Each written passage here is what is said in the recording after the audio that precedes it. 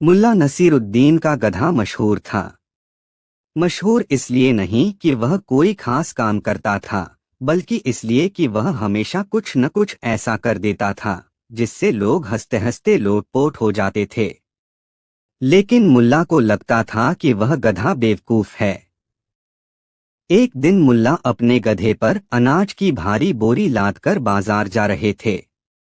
रास्ता उबड़ खाबड़ था और गधा भारी बोझ से परेशान था। लेकिन जैसे ही नदी का किनारा आया, गधा अचानक लड़खड़ाया और धड़ाम से पानी में गिर पड़ा। अब हुआ यह कि बोरी में रखा अनाज भीग कर हल्का हो गया।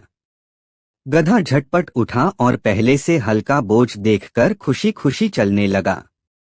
मुल्ला ने यह देखा और सोचने लगे, वाह, यह तो अच्छा तरीका है बोझ हल्का करने का।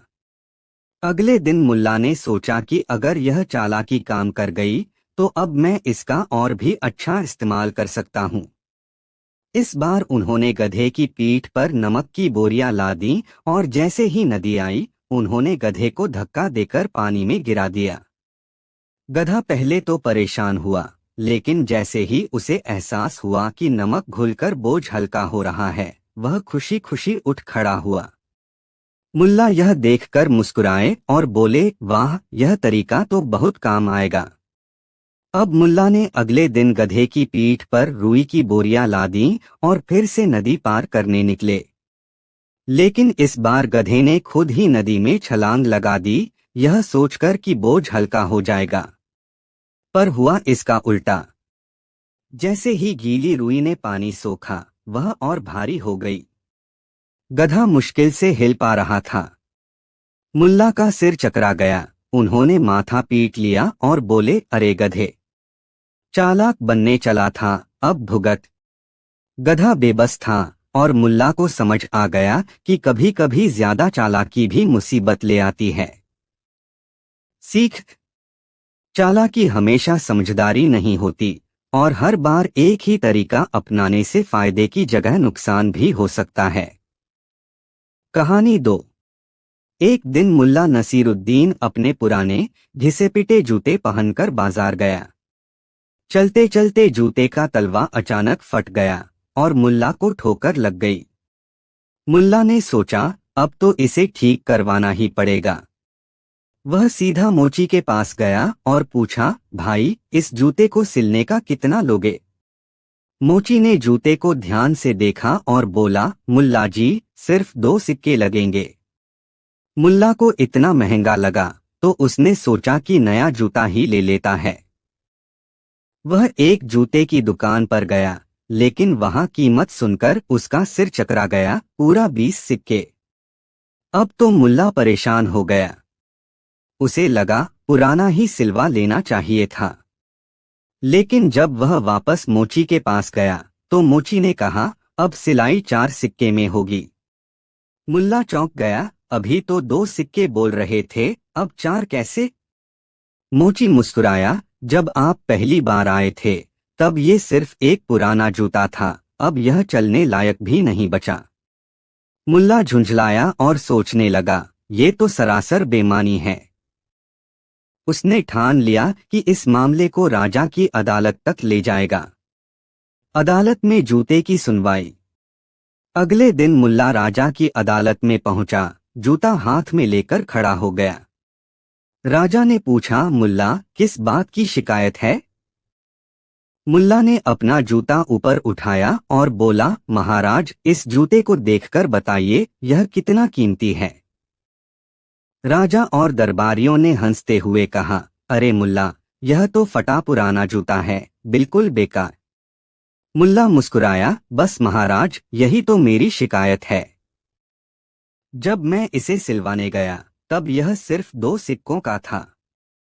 जब नया खरीदने गया तो 20 सिक्कों का हो गया। जब वापस सिलवाने लौटा तो 4 सिक्कों का हो गया। अगर मैं और देर करता तो शायद यह सोने के भाव बिकने लगता। पूरी अदालत ठहाकों से गूंज उठी। राजा भी अपनी हंसी रोक नहीं पाया।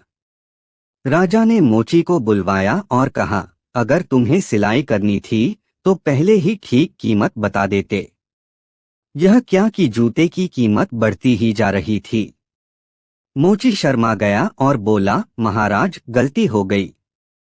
राजा ने मुस्कुराते हुए कहा, चलो अब मुल्ला का जूता मुफ्त में सिल दो।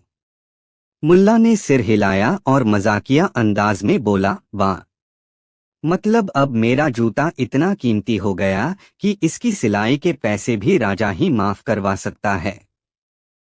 अदालत में एक बार फिर हंसी गूंज उठी और मुल्ला अपने मुफ्त में सिले जूते पहनकर गर्व से वापस चल पड़ा।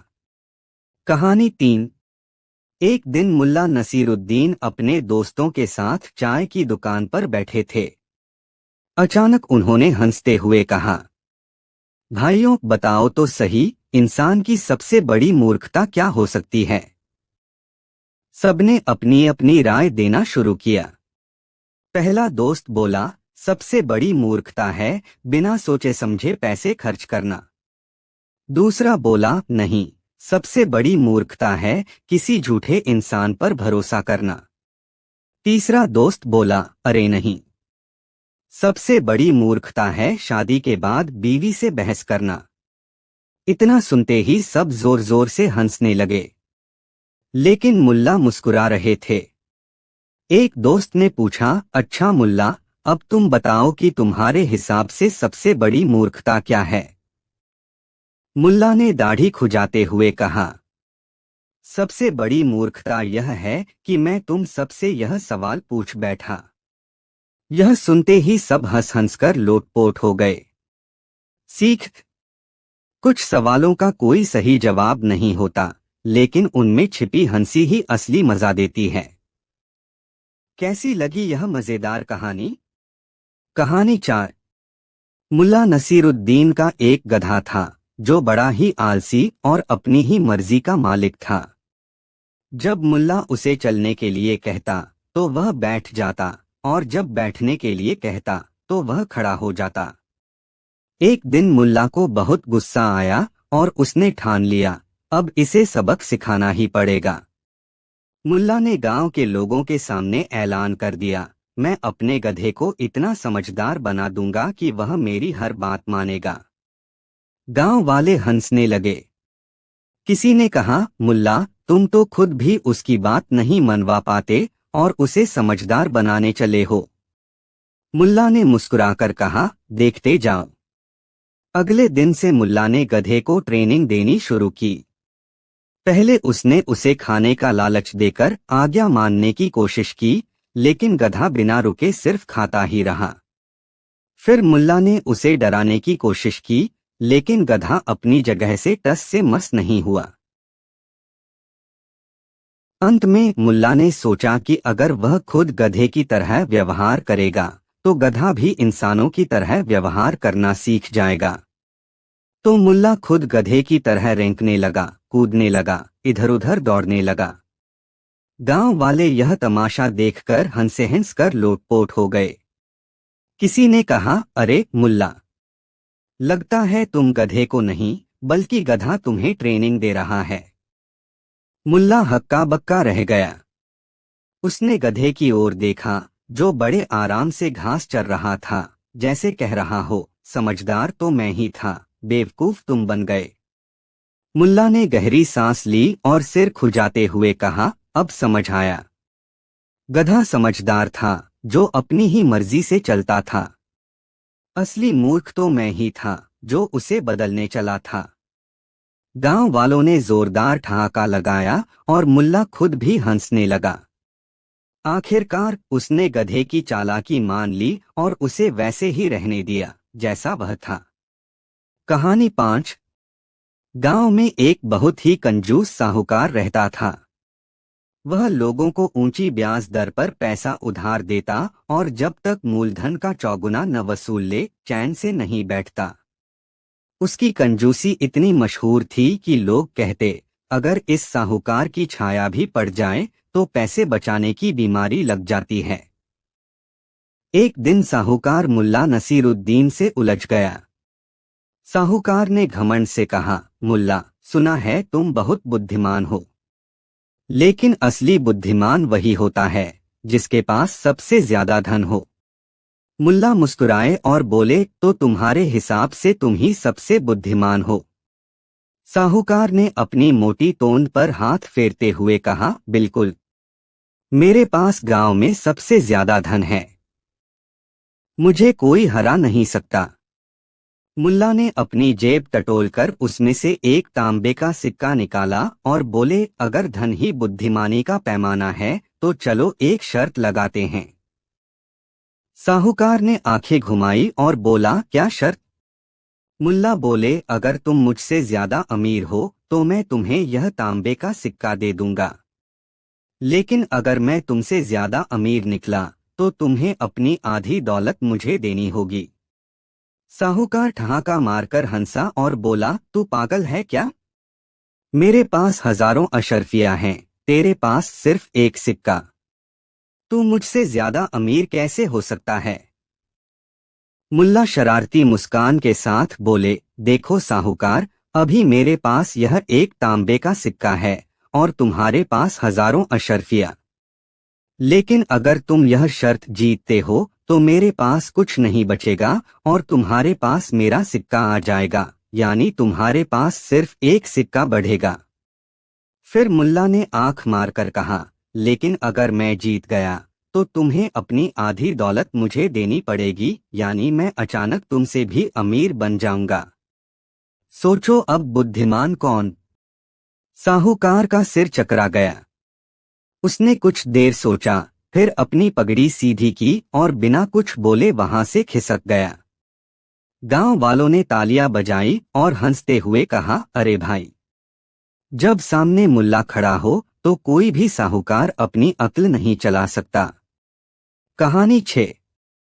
एक दिन राजा अपने दरबार में बैठे थे और नए नए पहेलियां पूछने का आनंद ले रहे थे। अचानक उन्होंने ऐलान किया, जो भी बिना नदी को छुए उसे पार करने का तरीका बताएगा, उसे इनाम दिया जाएगा। दरबार में खुसर पुसर शुरू हो गई। सभी मंत्री और विद्वान एक दूसरे का मुंह ताकने लगे। कुछ ने नाव की बात की, कुछ ने पुल बनाने का सुझाव दिया, तो कुछ ने तैरकर जाने की बात कही। लेकिन राजा ने सबको मना कर दिया।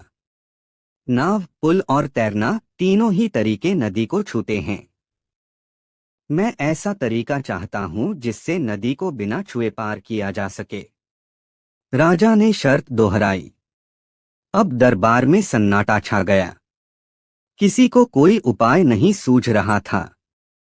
तभी दरबार के कोने से ठहाके की आवाज आई। मुल्ला नसीरुद्दीन हंस रहे थे। राजा ने चौंक कर पूछा, मुल्ला, क्या तुम्हें जवाब पता है? मुल्ला ने मजाकिया अंदाज में अपनी टोपी सीधी की और बोले, हुजूर, जवाब बहुत आसान है। आप खुद अपनी शर्त में फंस गए हैं। राजा ने भौहें चढ़ाई। क्या मतलब? मुल्ला ने मुस्कुराकर कहा, महाराज, बिना नदी को छुए उसे पार करने का सबसे आसान तरीका यह है कि नदी को अपने पीछे छोड़ दो और दूसरी दिशा में चल पड़ो। दरबार में कुछ पल के लिए सन्नाटा छा गया। फिर राजा ठहाका मारकर हंस पड़े। वाह मुल्ला, सच में तुमसे ज्यादा चतुर कोई नहीं, राजा ने कहा और मुल्ला को इनाम दे दिया। गांव वालों को अब समझ आ गया था कि कभी कभी सबसे कठिन सवाल का जवाब बहुत ही आसान होता है, बस सोचने का नजरिया बदलने की जरूरत होती है। कहानी 7। एक दिन मुल्ला नसीरुद्दीन बाजार जा रहे थे। उन्होंने अपने गधे पर बैठने की तैयारी की, लेकिन उन्होंने उसे सामान्य तरीके से चलाने के बजाय उल्टा बैठना पसंद किया, गधे की पूंछ की तरफ मुंह करके। गांव वालों ने यह नजारा देखा तो सब हैरान रह गए। कुछ लोग हंसने लगे, कुछ ताने मारने लगे और कुछ ने सोचा कि शायद मुल्ला का दिमाग खराब हो गया है। गांव वालों की प्रतिक्रिया। एक आदमी बोला, अरे मुल्ला, तुम गधे पर उल्टा क्यों बैठे हो? क्या तुम्हें सही दिशा में जाने का तरीका नहीं आता? दूसरा व्यक्ति बोला, ऐसे बैठकर तो तुम रास्ता भी नहीं देख पाओगे, फिर आगे कैसे बढ़ोगे? अब मुल्ला मुस्कुराए और बोले, अरे भाई, मैंने सोचा कि कोई भी स्थिति गलत या सही नहीं होती, यह सब देखने वाले की सोच पर निर्भर करता है। लोगों ने पूछा, इसका क्या मतलब? मुल्ला ने समझाते हुए कहा, अगर मैं इस तरह बैठूं तो तुम सोचते हो कि मैं गलत हूं, लेकिन मेरे नजरिए से तुम सब पीछे हो। अब बताओ कौन सही है और कौन गलत? लोग सोच में पड़ गए। मुल्ला ने आगे कहा, जिंदगी में भी यही होता है। कई बार हमें लगता है कि कोई व्यक्ति गलत दिशा में जा रहा है, लेकिन असल में उसका नजरिया हमसे अलग होता है। जरूरी नहीं कि हर चीज को देखने का हमारा तरीका ही सही हो। मुल्ला की इस बात से सबकी हंसी बंद हो गई और लोग सोच में पड़ गए। किसी ने कभी इस तरह से नहीं सोचा था।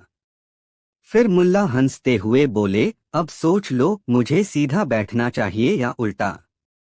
लोग बोले, मुल्ला तुम जैसे भी बैठो, हम समझ गए कि नजरिए का फर्क ही असली खेल है। और इस तरह मुल्ला ने एक साधारण हरकत से सबको एक बड़ी सीख दे डाली। हमेशा चीजों को नए नजरिए से भी देखना चाहिए। सीख हर चीज को देखने का अलग अलग नजरिया होता है। जरूरी नहीं कि जो हमें सही लगे वही सच हो। कहानी 8। एक रात मुल्ला नसीरुद्दीन अपने घर में गहरी नींद में सो रहे थे। आधी रात को अचानक कुछ हलचल हुई।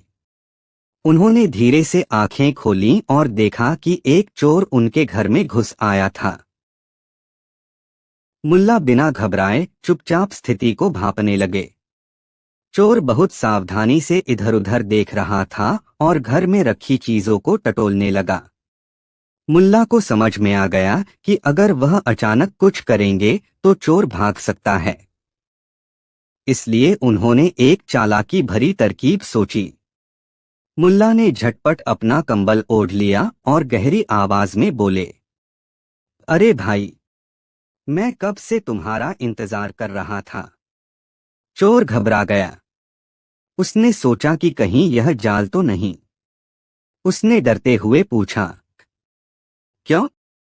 क्या मतलब?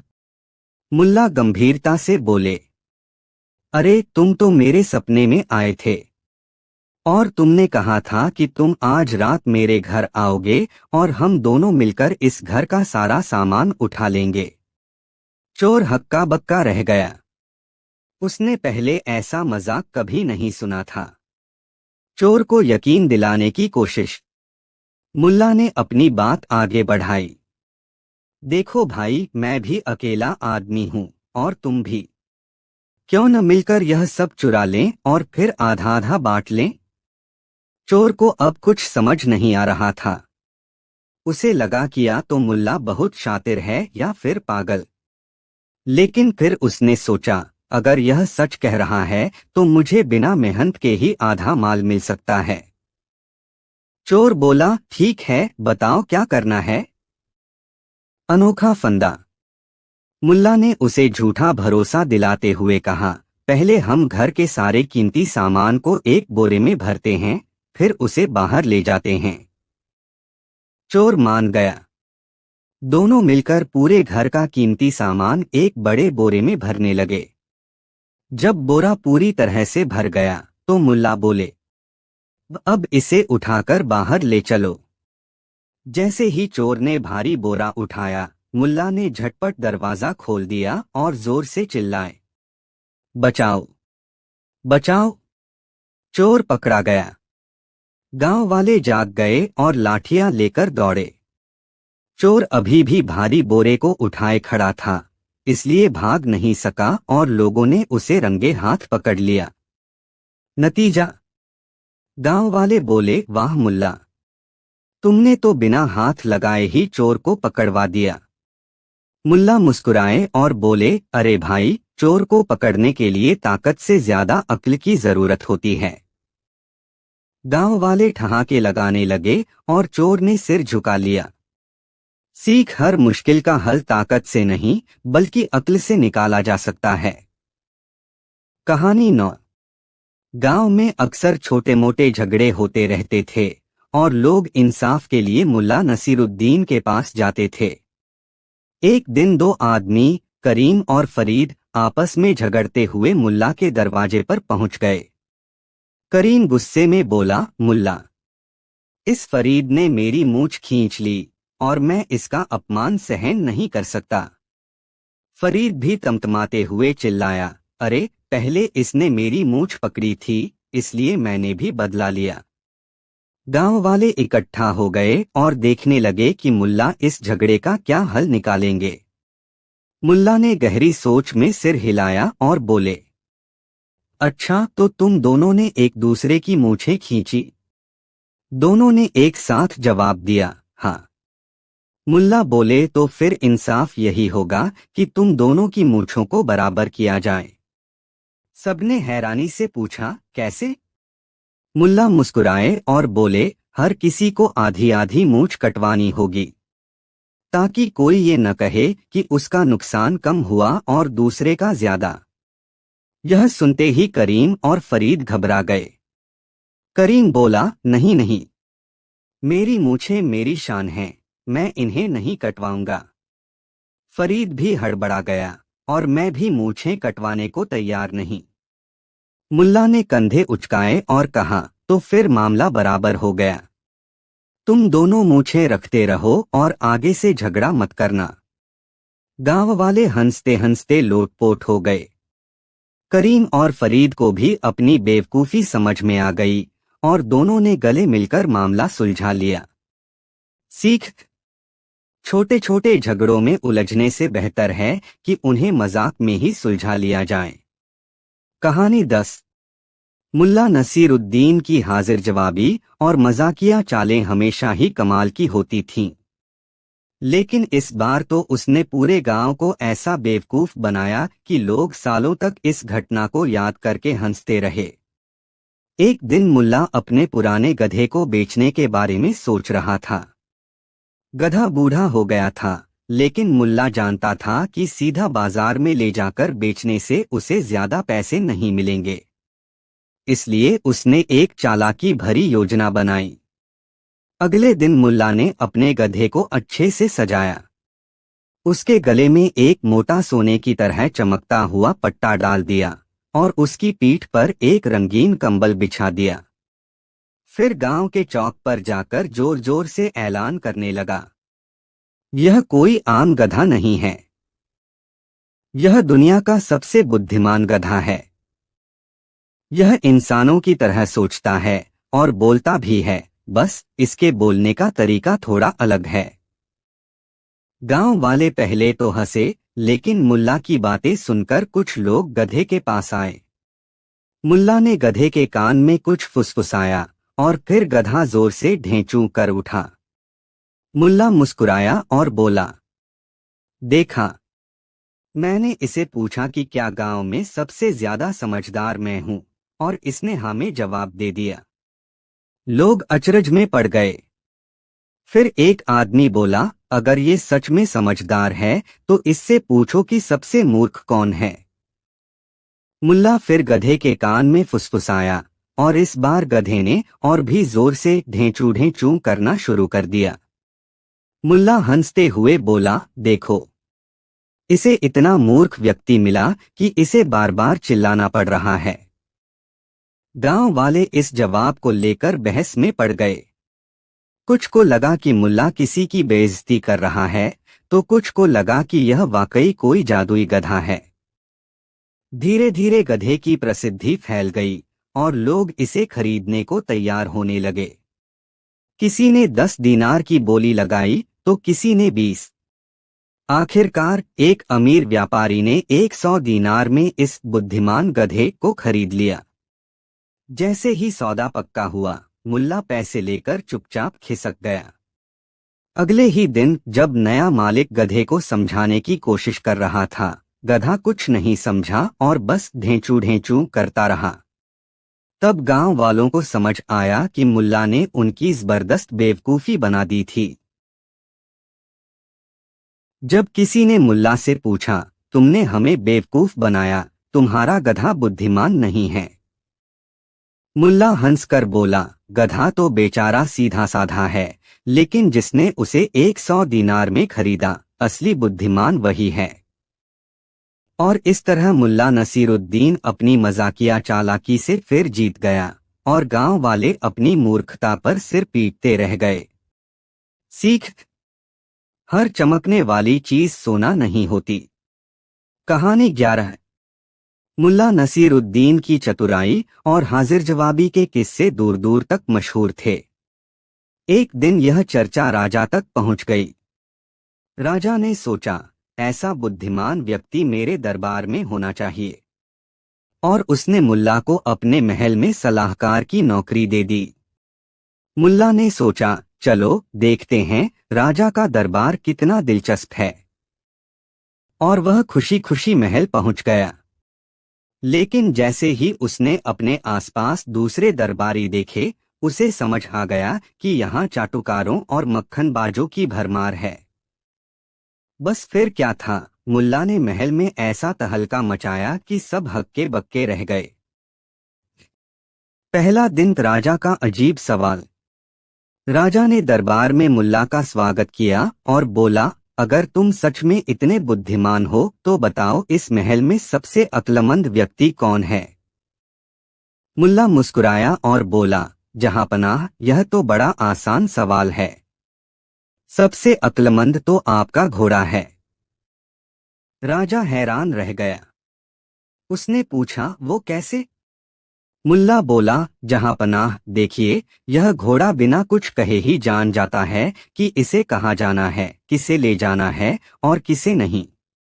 और सबसे बड़ी बात, यह हमेशा राजा की सवारी करने के लिए तैयार रहता है, बिना कोई सवाल किए।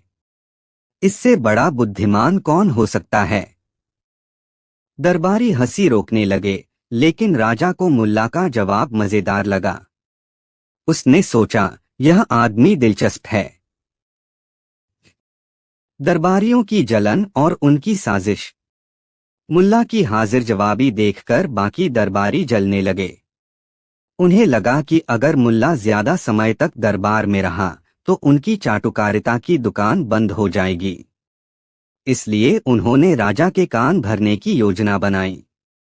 अगले ही दिन एक दरबारी राजा के पास गया और बोला, जहांपनाह, मुल्ला तो आपके फैसलों का मजाक उड़ाता है।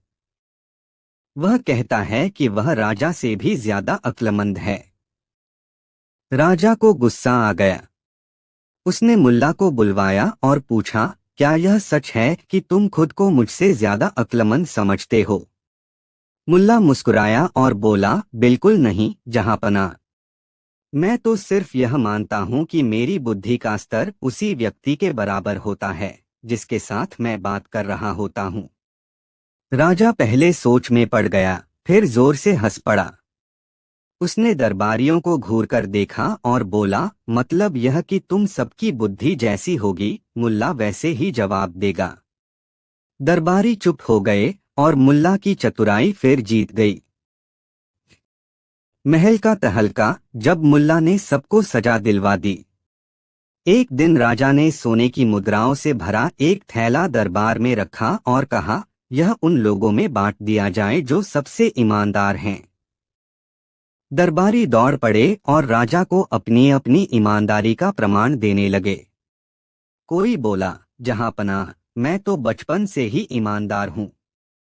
तो कोई चिल्लाया, जहांपनाह, मैंने तो कभी किसी का एक दाना तक नहीं छीना। मुल्ला चुपचाप बैठा देखता रहा।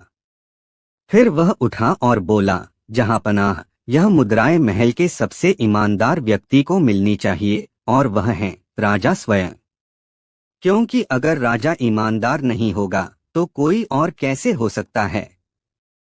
राजा खुश हुआ और सारे सिक्के अपने पास रख लिए। दरबारी हक्के बक्के रह गए और मुल्ला का मुंह ताकने लगे। मुल्ला ने आंख मारते हुए कहा, अब ईमानदारी की परीक्षा हुई न।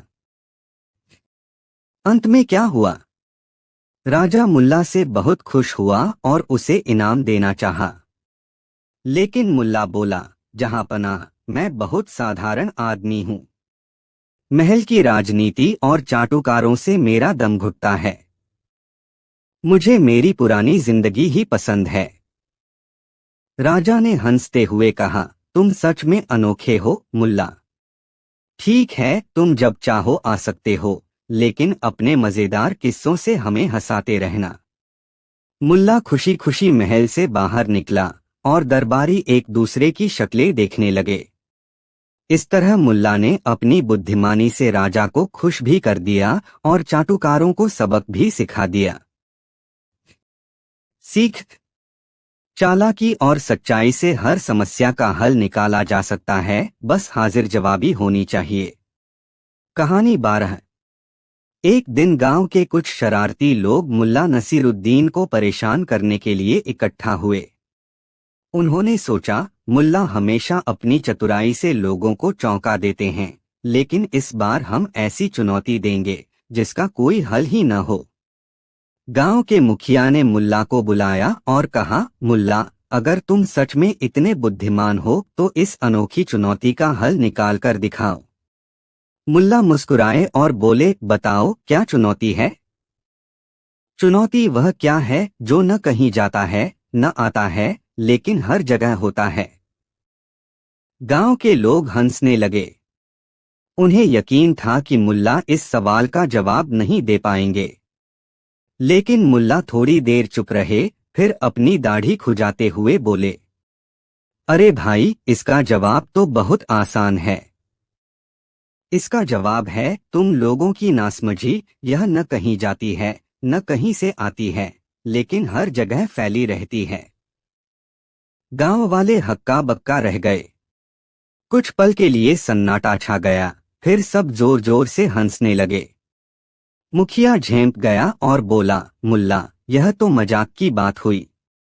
असली चुनौती तो यह है कि हम तुम्हें 2000 सिक्कों से भरी थैली देंगे, लेकिन शर्त यह है कि तुम इसे खर्च भी कर सकते हो और फिर भी पूरी थैली हमें लौटा दोगे। यह नामुमकिन है। मुल्ला ने जरा भी देर न लगाई और बोले, ठीक है, मुझे थैली दो। मुखिया ने सिक्कों की थैली मुल्ला को दे दी। मुल्ला ने तुरंत सिक्कों से भरी थैली उठाई और पास खड़े कसाई को दे दी। फिर बोले, भाई, अब यह थैली उधार में रख लो, मैं कल तक लौटा दूंगा। गांव वाले हैरान थे कि अब क्या होगा। अगले दिन मुल्ला कसाई के पास गए और बोले, भाई, जो थैली मैंने उधार दी थी वह वापस कर दो। कसाई ने हंसते हुए वही थैली मुल्ला को लौटा दी। मुल्ला ने वह थैली सीधा मुखिया के हाथ में रख दी और बोले, लीजिए, आपकी थैली सही सलामत लौटा दी और मैंने इसे खर्च भी कर लिया। गांव वाले दंग रह गए। उन्होंने सोचा था कि इस चुनौती का कोई हल नहीं होगा, लेकिन मुल्ला की चतुराई ने फिर से सबको चौंका दिया। मुखिया सिर खुजाते हुए बोला, मुल्ला, तुमसे भिड़ना सच में मुश्किल है। गांव वाले हंसते हुए ताली बजाने लगे और मुल्ला मुस्कुराते हुए अपने गधे पर बैठकर चलते बने। सीख: हर मुश्किल चुनौती का हल होता है, बस सोचने का तरीका सही होना चाहिए। आपको यह कहानी कैसी लगी? कहानी 13। एक दिन गांव में एक नया मौलवी आया, जो खुद को बहुत बड़ा विद्वान समझता था। वह हमेशा लोगों को अपने ज्ञान का दिखावा करता और दूसरों को नीचा दिखाने की कोशिश करता। गांव वालों को यह अच्छा नहीं लगता था, लेकिन वे कुछ कह भी नहीं सकते थे। एक दिन मौलवी ने ऐलान किया, इस गांव में कोई मुझसे बड़ा ज्ञानी नहीं है। अगर कोई मेरे सामने तर्क वितर्क में जीत सकता है तो मैं उसे अपना पगड़ी उतार कर दे दूंगा। गांव वाले समझ गए कि अब सिर्फ एक ही आदमी मौलवी को जवाब दे सकता है, मुल्ला नसीरुद्दीन। गांव वालों ने मुल्ला को बुलाया और कहा, मुल्ला जी, इस घमंडी मौलवी को कोई सबक सिखाओ। मुल्ला मुस्कुराया और सीधा उस मौलवी के पास गया। वह मंच पर चढ़ा और बोला, अच्छा मौलवी साहब, तो आप दुनिया के सबसे ज्ञानी इंसान हैं? मौलवी ने गर्व से कहा, बिल्कुल, मुझसे बड़ा ज्ञानी कोई नहीं। मुल्ला ने दाढ़ी पर हाथ फेरा और बोला, तो ठीक है, मैं आपसे सिर्फ एक सवाल पूछूंगा। अगर आपने सही जवाब दिया तो मैं मान लूंगा कि आप सच में ज्ञानी हैं। लेकिन अगर आप हार गए तो आपको अपनी पगड़ी उतारनी होगी। मौलवी ने हंसते हुए कहा, पूछो पूछो, मैं हर सवाल का जवाब दे सकता हूँ। वो एक सवाल जिसने सब बदल दिया। मुल्ला ने मौलवी की आंखों में देखते हुए पूछा, बताइए, यह बात सच है या झूठ कि अगर कोई कहे कि वह झूठ बोल रहा है। मौलवी कुछ पल के लिए चुप हो गया। फिर उसने सोचा, अगर मैं कहूं कि यह सच है तो इसका मतलब होगा कि वह सच में झूठ बोल रहा है, जो कि असंभव है। और अगर मैं कहूं कि यह झूठ है तो इसका मतलब होगा कि वह सच बोल रहा है, लेकिन उसने तो खुद कहा कि वह झूठ बोल रहा है। मौलवी का चेहरा पीला पड़ गया। वह इधर उधर देखने लगा, पसीने से तरबतर हो गया, लेकिन जवाब नहीं सूझा। गांव वाले हंसने लगे। अरे मौलवी साहब, जवाब दो, आपकी पगड़ी तो गई। मौलवी ने झेंपते हुए अपनी पगड़ी उतार दी और मुल्ला को सौंप दी। मुल्ला ने मुस्कुराते हुए कहा, ज्ञान का घमंड हमेशा खतरे में डाल देता है मौलवी साहब। सच्चा ज्ञानी वही है जो यह माने कि वह सब कुछ नहीं जानता। पूरी सभा तालियों और ठहाकों से गूंज उठी। मौलवी का घमंड चूर चूर हो गया और मुल्ला एक बार फिर अपनी बुद्धिमानी से सबका दिल जीत ले गया। कहानी 14। एक दिन बादशाह के दरबार में अजीबोगरीब मामला पेश हुआ। एक अमीर व्यापारी और एक गरीब दर्जी लड़ते हुए दरबार में आए। दोनों के चेहरे लाल थे, गुस्से से तमतमाए हुए। व्यापारी चिल्लाया, जहांपना, इस दर्जी ने मेरा सबसे कीमती रेशमी लिबास बर्बाद कर दिया। मैंने इसे सोने के सिक्कों में मेहनताना दिया, लेकिन इसने कपड़े को ऐसा काटा कि मेरी पोशाक बनने की बजाय चिथड़े बन गए। दर्जी ने हाथ जोड़कर कहा, हुजूर, मैंने कोई गलती नहीं की। मैंने बिल्कुल सही नाप लिया था, लेकिन यह व्यापारी ही बार बार नखरे कर रहा था। जब पोशाक तैयार हुई तो इसे पसंद नहीं आई और अब यह मुझे दोष दे रहा है। बादशाह ने माथे पर शिकन डाली। मामला वाकई अजीब था। न तो कपड़ा बचा था, न ही व्यापारी का पैसा वापस हो सकता था। अगर दर्जी को सजा दी जाती तो वो गरीब था, क्या देता? और अगर व्यापारी को समझाया जाता तो वो मानने को तैयार नहीं था। मुल्ला नसीरुद्दीन को न्यायाधीश बनाया गया। बादशाह सोच ही रहे थे कि तभी एक वजीर बोला, जहांपना, हमारे मुल्क में अगर कोई सबसे बुद्धिमान है तो वो मुल्ला नसीरुद्दीन हैं। क्यों न हम उन्हें इस मामले का फैसला सौंप दें? बादशाह मुस्कुराए, बिल्कुल, मुल्ला ही इस मसले का हल निकाल सकते हैं। मुल्ला नसीरुद्दीन को बुलाया गया। उन्होंने दोनों पक्षों को ध्यान से सुना, अपनी दाढ़ी खुजलाते हुए कुछ देर सोचा और फिर बोले, इसका फैसला मैं बहुत सोच समझकर करूंगा, लेकिन पहले मुझे कुछ करने दो। मुल्ला उठे और उन्होंने दर्जी से कहा, लाओ तुम्हारी कैंची तो देखूं। दर्जी ने अपनी कैंची दी। मुल्ला ने उसे गौर से देखा और फिर व्यापारी की तरफ घूमे। सुनो व्यापारी साहब, अगर यह दर्जी तुम्हारी पोशाक सही से नहीं बना पाया तो इसकी गलती भी इसकी कैंची की होगी, है न? व्यापारी गरजते हुए बोला, बिल्कुल, यही कैंची है जिसने मेरी पोशाक को बर्बाद कर दिया। मुल्ला मुस्कुराए और बोले, तो फिर न्याय यही है कि इस दर्जी की कैंची तुम अपने पास रख लो और दर्जी तुम्हारे सिक्के अपने पास रखे। न्याय बराबर का हुआ, क्योंकि जो चीज नुकसान के लिए जिम्मेदार थी वो अब तुम्हारी हो गई। दरबार में सन्नाटा छा गया और फिर अचानक ठहाकों की गूंज उठी।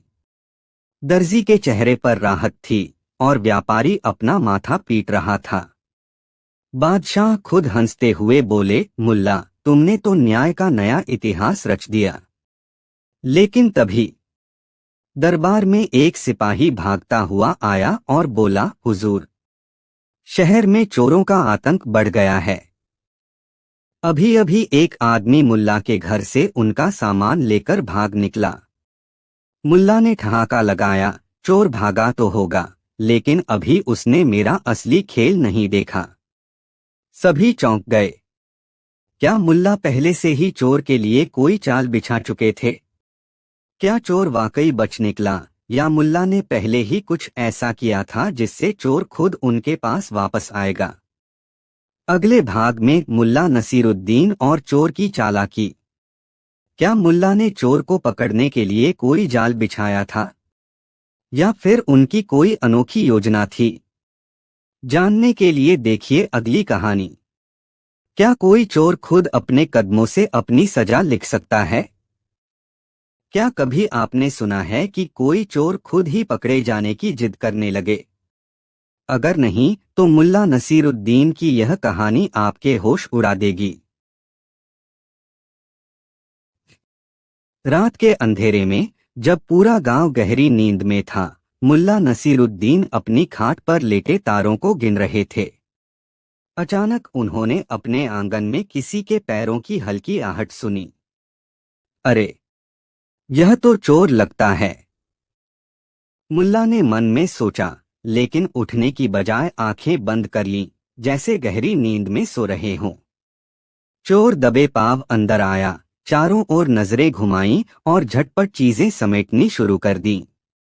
उसने मुल्ला की सबसे कीमती चीज, उनकी पुरानी लेकिन बेहद प्रिय चप्पल उठा ली, जो मुल्ला के अनुसार भाग्यशाली चप्पल थी। फिर वह जल्दी से बाहर भाग निकला। लेकिन तभी, अरे, रुक जा भाई! चोर ने चौंक कर देखा, मुल्ला नसीरुद्दीन अपने खाट पर बैठे मुस्कुरा रहे थे। चोर हड़बड़ा गया। उसकी समझ में नहीं आ रहा था कि भागे या कुछ बोले, लेकिन फिर भी हिम्मत करके बोला, मुल्ला, मैंने तुम्हारा सामान चुरा लिया है। अब पीछा मत करना, वरना पछताओगे। मुल्ला ठहाका मारकर हंसे, अरे भाई, जब तू मेरी इतनी कीमती चप्पलें चुरा ही चुका है, तो एक और चीज लेता जा। चोर चौंका, क्या? और क्या दूं? मुल्ला बोले, अरे, यह जो मेरा तकिया है, इसे भी ले जा, वरना सुबह सुबह मेरे सिर के नीचे तकिया नहीं होगा तो मैं चैन से सो नहीं पाऊंगा। चोर हैरान रह गया। ये कैसा आदमी था जो खुद ही चोरी का सामान बढ़ा रहा था? लेकिन उसने सोचा, चलो मुफ्त में मिल रहा है तो क्यों मना करूं। उसने झपटकर तकिया भी उठा लिया और भाग गया। सुबह गांव में हंगामा मच गया, मुल्ला का घर लूट लिया गया। लोग इकट्ठा हुए, लेकिन मुल्ला मजे से हुक्का पी रहे थे। बादशाह के सैनिक भी आए और बोले, मुल्ला, चोर कौन था, किस तरफ भागा? मुल्ला हंसकर बोले, चिंता मत करो, वह खुद वापस आएगा। सभी चौंक गए, लेकिन क्यों? मुल्ला मुस्कुराए, क्योंकि मैंने उसे ऐसा सामान दिया है जिससे वह खुद मेरी तलाश करेगा। वाकई अगले ही दिन दोपहर को वही चोर हांफता हुआ मुल्ला के घर लौटा। मुल्ला, यह लो तुम्हारी चीजें वापस, बस मुझे माफ कर दो। गांव वाले हैरान, लेकिन क्यों? चोर रोने लगा, रात भर मुझे नींद नहीं आई। जब भी तकिए पर सिर रखता तो लगता मुल्ला मुझे देख रहा है। जब भी चप्पल पहनता तो पैर कांपने लगते थे। मैं अब इसे और नहीं सह सकता। मुल्ला जोर से हंसे, बेटा, जब भी कोई आदमी चोरी करता है तो वो चैन से सो नहीं पाता। और मैंने तो तुम्हें मेरी तकिया और मेरी चप्पल दे दी थी, नींद उड़ने के लिए और भागने के लिए। अब बता, क्या फिर चोरी करेगा? चोर हाथ जोड़कर बोला, नहीं मुल्ला, अब से मैं मेहनत से कमाऊंगा। गांव वालों ने ताली बजाई और बादशाह के सैनिकों ने चोर को जाने दिया। लेकिन तभी नया रहस्य। एक सिपाही भागता हुआ आया और बोला, हुजूर, दरबार में अजीब मामला पेश आया है। एक अमीर आदमी रो रहा है कि उसका गधा बोलने लगा है। गांव वाले हैरान, गधा बोल सकता है? यह कैसे संभव है? मुल्ला नसीरुद्दीन मुस्कुराए, अगर इंसान बिना सोचे समझे बातें कर सकता है तो गधा क्यों नहीं? अगले भाग में गधा ज्यादा समझदार या मुल्ला? क्या वाकई गधा बोल सकता है या इसके पीछे कोई नई चालाकी छुपी है? जानने के लिए देखिए अगली कहानी। क्या कभी आपने सुना है कि एक गधा इंसानों से ज्यादा अक्लमंद निकला हो? क्या ऐसा हो सकता है कि बादशाह के दरबार में एक गधा हाजिर हो और सब उसे सुनकर दंग रह जाएं? अगर नहीं तो यह कहानी आपके होश उड़ा देगी। दरबार में अजीब फरियाद। बादशाह अकबर के दरबार में एक अमीर व्यापारी घबराया हुआ पहुंचा। उसका चेहरा फटा पड़ा था, आंखें लाल हो रही थीं और कपड़े अस्तव्यस्त थे। हुजूर, मेरे साथ बहुत बड़ा अनर्थ हो गया, व्यापारी हांफते हुए बोला। बादशाह ने भौहें टेढ़ी की, क्या हुआ? किसी ने लूट लिया? नहीं जहांपना, व्यापारी कांपते हुए बोला, मेरा गधा बोलने लगा है। दरबार में सन्नाटा छा गया। फिर अचानक हंसी का एक बड़ा धमाका हुआ। सारे वजीर, सैनिक और दरबारी हंसते हंसते लोटपोट हो गए। बादशाह खुद मुस्कुराए, अरे अब तो व्यापारियों के पास भी जादुई गधे हो गए। नहीं नहीं जहांपना, मैं मजाक नहीं कर रहा। व्यापारी रोने लगा, मैं अपने गधे को लेकर बाजार गया था, तभी वह अचानक बोल उठा, मुझे इंसानों की तरह खाना चाहिए, मुझे गद्देदार बिस्तर चाहिए, और इतना ही नहीं हुजूर, उसने कहा कि वह राजा से मिलना चाहता है। बादशाह का चेहरा गंभीर हो गया। अगर यह मजाक है तो सजा मिलेगी, लेकिन अगर यह सच है तो हमें देखना होगा। बादशाह ने आदेश दिया कि गधे को दरबार में लाया जाए। कुछ देर बाद वही व्यापारी अपने गधे को खींचता हुआ दरबार में लाया।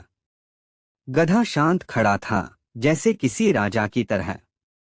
बादशाह ने उसकी ओर देखा और कहा, तो तू वही गधा है जो बोलता है? गधा चुप रहा।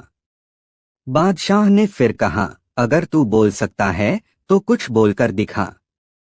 गधा फिर भी चुप। अब व्यापारी घबरा गया, अरे बोल ना। जब बाजार में चिल्ला चिल्ला कर बोल रहा था, अब क्या हो गया? बादशाह का गुस्सा बढ़ने लगा, यह आदमी झूठ बोल रहा है, इसे कैद में डालो। लेकिन तभी दरबार में किसी की ठहाके की आवाज गूंजी। रुकिए जहांपनाह। सभी ने पलटकर देखा, मुल्ला नसीरुद्दीन दरवाजे पर खड़े मुस्कुरा रहे थे। अगर यह व्यापारी कह रहा है कि गधा बोल सकता है, तो हो सकता है कि कुछ तो सच्चाई हो। मुझे इस गधे से एक बार बात करने दें। बादशाह ने सिर हिलाया, अच्छा ठीक है मुल्ला, देखते हैं तुम्हारी अक्ल क्या कहती है। मुल्ला नसीरुद्दीन धीरे धीरे गधे के पास गए। उन्होंने उसकी आंखों में झांका, उसके कान पकड़कर हिलाए और उसकी पीठ थपथपाई। फिर गधे के कान में धीरे से कुछ फुसफुसाए। गधा अचानक जोर जोर से सिर हिलाने लगा। मुल्ला मुस्कुराए और बोले, जहांपनाह, इस गधे की बातों का रहस्य अब खुल गया है। बादशाह ने उत्सुकता से पूछा, कैसे?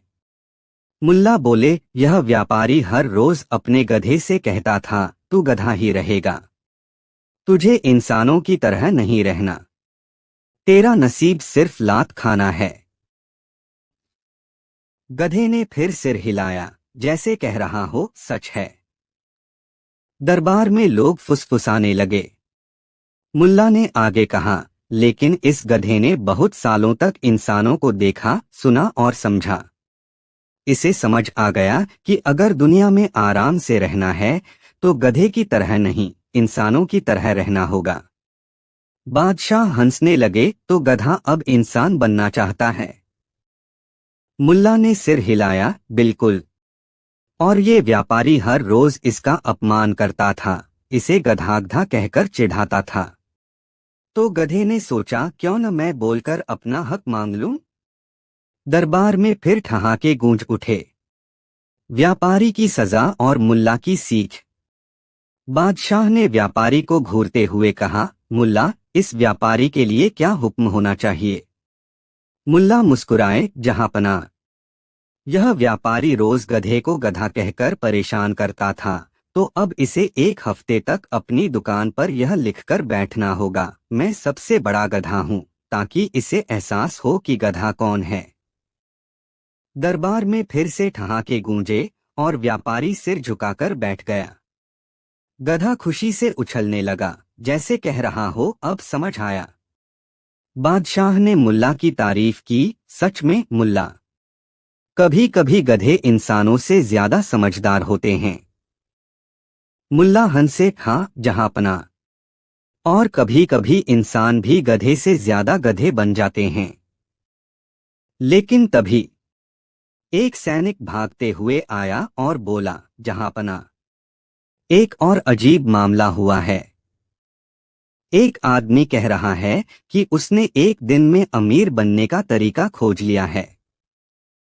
बादशाह चौंके, एक दिन में अमीर, यह कैसे संभव है।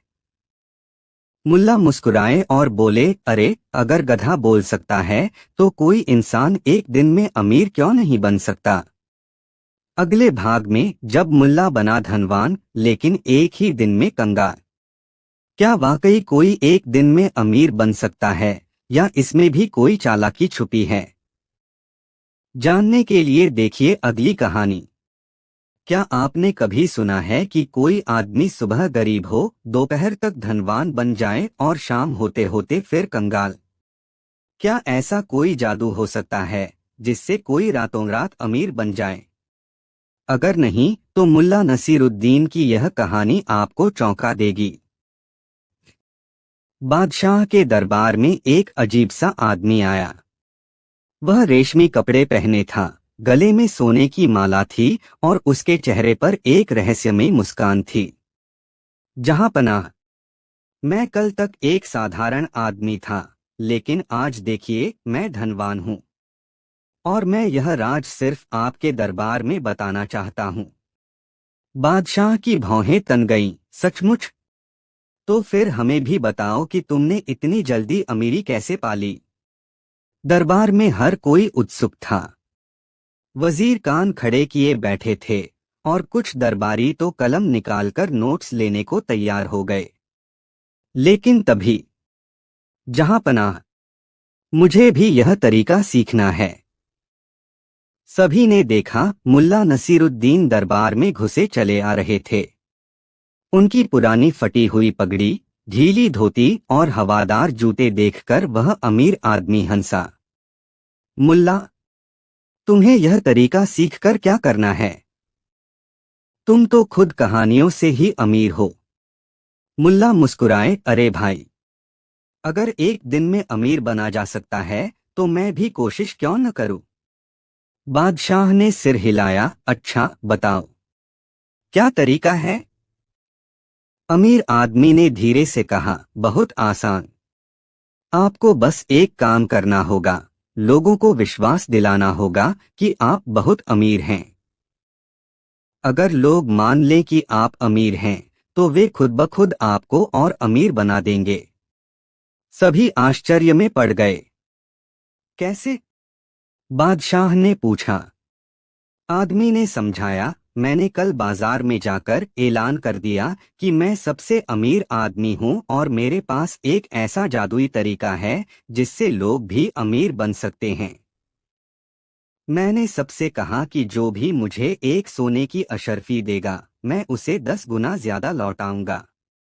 मुल्ला ने ठहाका लगाया और लोग मान गए। बिल्कुल। अमीर आदमी मुस्कुराया, एक आदमी ने मुझे एक अशर्फी दी तो मैंने उसे 10 लौटा दी। फिर धीरे धीरे लोग जुटने लगे। हर कोई मुझे अपनी सोने की अशर्फियां देने लगा, यह सोचकर कि मैं उन्हें 10 गुना लौटा दूंगा।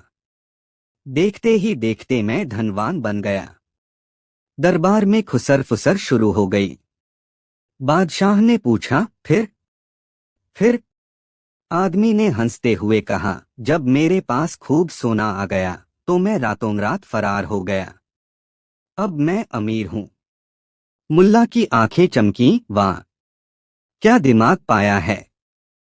मुल्ला उछलकर खड़े हो गए और बोले, जहांपना, मुझे भी यही तरीका आजमाने दीजिए। बादशाह हंसे। अच्छा, तुम भी अमीर बनना चाहते हो? बिल्कुल। मुल्ला बोले, और मैं सबसे पहले आपको ही 10 गुना करने का मौका दूंगा। दरबार में हंसी गूंज उठी। बादशाह ने ठहाका लगाया। अच्छा, बताओ, क्या करना होगा? मुल्ला बोले, जहांपना, अगर आप मुझे 100 सोने की अशर्फिया दें तो मैं आपको 1000 लौटा दूंगा। बादशाह मुस्कुराए। और वो कैसे? मुल्ला बोले, ठीक वैसे ही जैसे इस आदमी ने किया, लोगों से और ज्यादा अशर्फिया लेकर।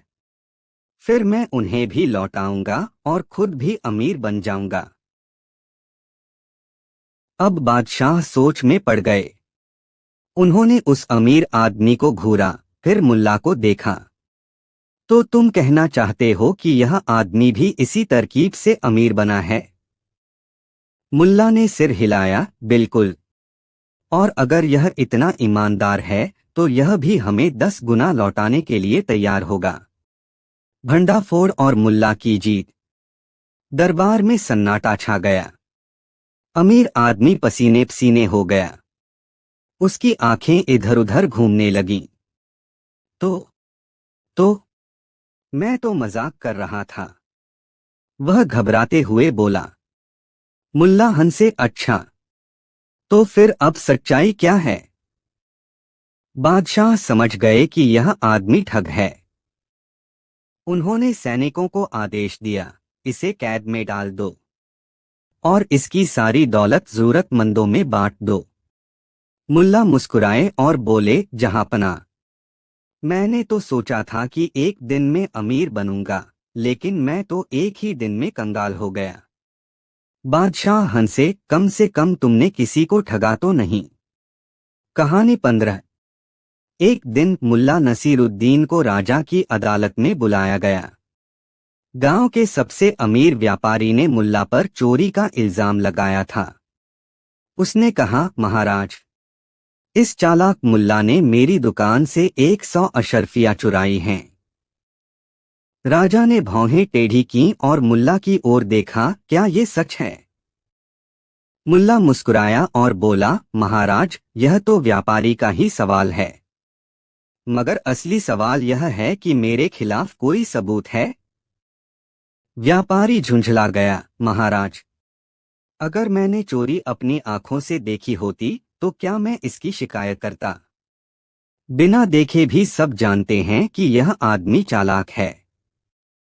राजा ने सिर हिलाया। मुल्ला, तुम इस इल्जाम का जवाब कैसे दोगे? मुल्ला ने शांति से कहा, महाराज, अगर बिना देखे ही मुझे दोषी मान लिया जाए तो यह भी माना जा सकता है कि व्यापारी ने ही चोरी की हो। राजा थोड़ा सोच में पड़ गया। तभी व्यापारी ने हड़बड़ाकर कहा, नहीं नहीं, चोरी तो हुई ही है। यह न्याय का अपमान है। मुल्ला मुस्कुराया। अगर बिना सबूत के न्याय किया जाएगा तो फिर मैं भी दावा कर सकता हूं कि यह व्यापारी दरअसल मेरी 200 अशर्फियां चुराने की योजना बना रहा था। अब पूरा दरबार हंसी में गूंज उठा। राजा भी मुस्कुरा दिया, लेकिन मामला गंभीर था। राजा ने कहा, मुल्ला, हम इस केस को हल करने के लिए तुम्हें एक रात का समय देते हैं। अगर सुबह तक कोई जवाब नहीं मिला तो तुम्हें दोषी मान लिया जाएगा। मुल्ला ने सिर झुका लिया और कहा, ठीक है महाराज, मगर मैं इस रहस्य को हल करने के लिए कुछ करने वाला हूं जो सबको चौंका देगा। अगली सुबह जब पूरा दरबार इकट्ठा हुआ तो मुल्ला ने ऐसी तरकीब लगाई कि, पर क्या वो बेगुनाही साबित कर पाया या फिर उसकी चाल उल्टी पड़ गई? जानने के लिए अगली कहानी का इंतजार करें। मुल्ला और पैसे की चोरी, अनोखा न्याय। अगर सच खुद बोल सके तो क्या कोई झूठ का पर्दा डाल सकता है? सुबह होते ही पूरा दरबार इकट्ठा हुआ। राजा अपनी ऊंची सिंहासन पर बैठा था। व्यापारी गुस्से में खड़ा था और मुल्ला नसीरुद्दीन वो सबसे ज्यादा शांत था। राजा ने गंभीर स्वर में पूछा, मुल्ला, क्या तुमने अपनी बेगुनाही साबित करने का तरीका ढूंढ लिया? मुल्ला ने मुस्कुराते हुए कहा, जी हाँ महाराज, मगर इस मामले का फैसला करने के लिए मैं दरबार के सभी सदस्यों की मदद चाहता हूँ। राजा ने इजाजत दे दी। मुल्ला ने आगे बढ़कर अपनी जेब से 5 छोटे मिट्टी के बर्तन निकाले और कहा, यह बर्तन जादुई हैं। इन्हें रात भर नदी के किनारे रखा गया था और इनमें से एक बर्तन ने चोरी का सच अपने अंदर कैद कर लिया है। पूरे दरबार में हलचल मच गई। व्यापारी ने तिरस्कार से कहा, महाराज, ये आदमी मजाक कर रहा है। मिट्टी का बर्तन सच कैसे बता सकता है? मुल्ला ने उसकी ओर देखकर मुस्कुराया, बस एक पल का धैर्य रखिए। फिर उसने 5 अलग अलग लोगों को एक एक बर्तन पकड़ने को कहा, लेकिन 5वां बर्तन उसने खुद रख लिया। फिर उसने सभी से कहा, अब सभी लोग अपनी आंखें बंद करें और जिस बर्तन में चोरी का सच छुपा हो उसमें से धुआं निकलेगा। पूरे दरबार में सन्नाटा छा गया। सभी ने आंखें बंद कर लीं, लेकिन व्यापारी ने नहीं। वो आंखें फाड़कर 5वें बर्तन की तरफ देखने लगा, जिसमें से कोई धुआं नहीं निकल रहा था। तभी मुल्ला ने अचानक अपनी आंखें खोलकर कहा, महाराज, असली चोर पकड़ा गया। राजा चौंक उठा, कैसे? मुल्ला ने मुस्कुराकर कहा, क्योंकि सिर्फ चोर को ही डर था कि कहीं कोई धुआं न निकले। बाकी सभी ने आंखें बंद कर लीं, मगर व्यापारी की आंखें खुली थीं, क्योंकि उसे डर था कि कहीं मैं सच में कोई जादू न कर दूं। राजा ने व्यापारी की ओर देखा, जो अब पसीने पसीने हो चुका था। व्यापारी, क्या तुम कुछ कहना चाहोगे? राजा ने कड़के हुए स्वर में पूछा। अब व्यापारी की बोलती बंद हो चुकी थी। उसने घबराकर अपने वस्त्रों से 100 अशर्फियां निकालकर जमीन पर फेंक दी और गिड़गिड़ाने लगा, महाराज, मुझे माफ कर दीजिए।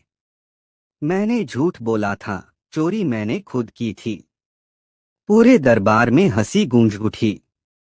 राजा ने ठहाका लगाकर कहा, मुल्ला, तुम सच में न्याय के जादूगर हो।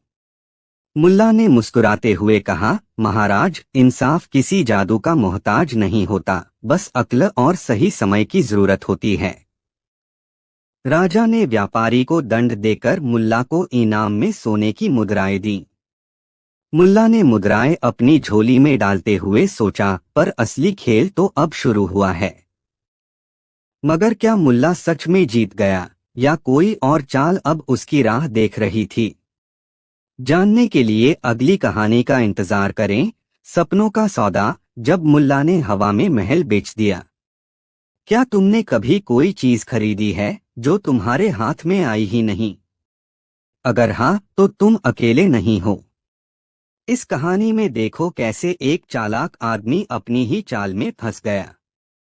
राजा के दरबार में न्याय पाने के बाद मुल्ला नसीरुद्दीन को इनाम में सोने की मुद्राएं मिली। लेकिन दरबार में बैठा एक चालाक सौदागर यह सब देख रहा था। उसने सोचा, अगर मुल्ला इतना अक्लमंद है तो मैं इसे अपनी चालाकी से हराकर इसका सारा इनाम छीन सकता हूँ। वह मुल्ला के पास आया और बोला, मुल्ला जी, सुना है आप बहुत होशियार हैं, लेकिन असली होशियारी तो व्यापार में होती है। क्या आपने कभी बड़ा सौदा किया है? मुल्ला ने मुस्कुराकर कहा, सौदा तो बहुत किए हैं, पर बड़ा सौदा तभी करता हूं जब ग्राहक भी बड़ा हो। सौदागर हंसा, तो चलिए मैं एक अनोखा सौदा करता हूं। मैं आपको एक जमीन बेचूंगा और आप उसमें अपनी पसंद का महल बना सकते हैं। मुल्ला ने चौंकते हुए पूछा, कैसी जमीन? सौदागर ने इशारा करके आसमान की ओर देखा और कहा, वह जमीन, वह जो बादलों के पीछे है, जहां कोई नहीं पहुंच सकता, लेकिन अगर कोई पहुंचे तो वह सबसे अमीर आदमी बन सकता है। दरबार के लोग हंसने लगे, लेकिन मुल्ला ने सिर हिलाया और गंभीर स्वर में बोला, वाह, यह तो एक शानदार मौका है। कितने में दोगे? सौदागर बोला, सिर्फ 200 सोने की मुद्राएं। मुल्ला सोचने लगा, फिर धीरे से अपनी पगड़ी उतारी, जमीन पर रखी और सौदागर से कहा, यह लीजिए। पहले दस्तावेज तैयार कराइए, फिर मैं पैसे दूंगा। सौदागर खुश होकर बोला, कोई बात नहीं, मैं कल दस्तावेज लेकर आऊंगा और फिर सौदा पक्का। अगले दिन पूरा दरबार इकट्ठा हुआ। सौदागर ने एक सुंदर कागज निकाला जिसमें लिखा था, मैं अमुक सौदागर मुल्ला नसीरुद्दीन को आकाश में स्थित जमीन बेचता हूँ। मुल्ला ने मुस्कुराकर कागज पढ़ा और फिर धीरे से कहा, बहुत बढ़िया, पर एक समस्या है। सौदागर चौंका, क्या? मुल्ला बोला, मुझे यह सौदा मंजूर है, लेकिन एक शर्त है। चूंकि महल आकाश में बनेगा तो उसके लिए नीचे से रास्ता बनाना पड़ेगा, और वह जमीन तुम्हारी है, इसलिए रास्ता भी तुम्हें ही देना होगा। सौदागर घबरा गया, यह तो संभव नहीं। मुल्ला ने सिर हिलाया, तो फिर तुम मुझे वो जमीन कैसे बेच सकते हो जहां जाने का कोई रास्ता ही नहीं? दरबार ठहाकों से गूंज उठा। राजा भी मुस्कुराया और सौदागर को डांटते हुए कहा, लोगों को मूर्ख बनाना आसान समझा था, आज मुल्ला ने तुम्हारी ही चाल तुम पर चला दी। सौदागर शर्मिंदा होकर भाग गया। मुल्ला ने अपनी पगड़ी उठाई, मुद्राएं समेटीं और दरबार से निकल पड़ा। लेकिन जैसे ही वह दरबार से बाहर निकला, एक अजनबी उसे रोककर बोला, मुल्ला, तुमने सौदागर को तो हरा दिया, लेकिन अब देखो, जब चालाकी और असली जादू का खेल शुरू होगा। पर कौन था यह अजनबी? क्या यह कोई नई साजिश थी? अगली कहानी में जानिए। गधा बोल उठा, मुल्ला की अनोखी चाल। क्या जानवर भी इंसानों की तरह बातें कर सकते हैं? अगर हाँ, तो क्या वो कभी झूठ बोल सकते हैं? आज की कहानी में देखिए, जब मुल्ला नसीरुद्दीन के गधे ने कुछ ऐसा कहा जिसे सुनकर पूरा गांव दंग रह गया। गांव में एक नया काजी आया था जिसे अपनी विद्वता पर बड़ा घमंड था। वह सोचता था कि हर कोई मूर्ख है और बस डर के मारे उसकी बात मानता है। जब उसने मुल्ला नसीरुद्दीन की चतुराई के बारे में सुना तो उसे जलन हुई और उसने सोचा, इस मुल्ला की अक्लमंदी का घमंड तोड़ना ही पड़ेगा। एक दिन काजी ने गांव में ऐलान करवाया, जो कोई भी मेरे दरबार में आएगा उसे सच ही बोलना होगा। जो झूठ बोलेगा उसे कोड़े लगेंगे। लोग डर गए, लेकिन मुल्ला मुस्कुरा रहा था।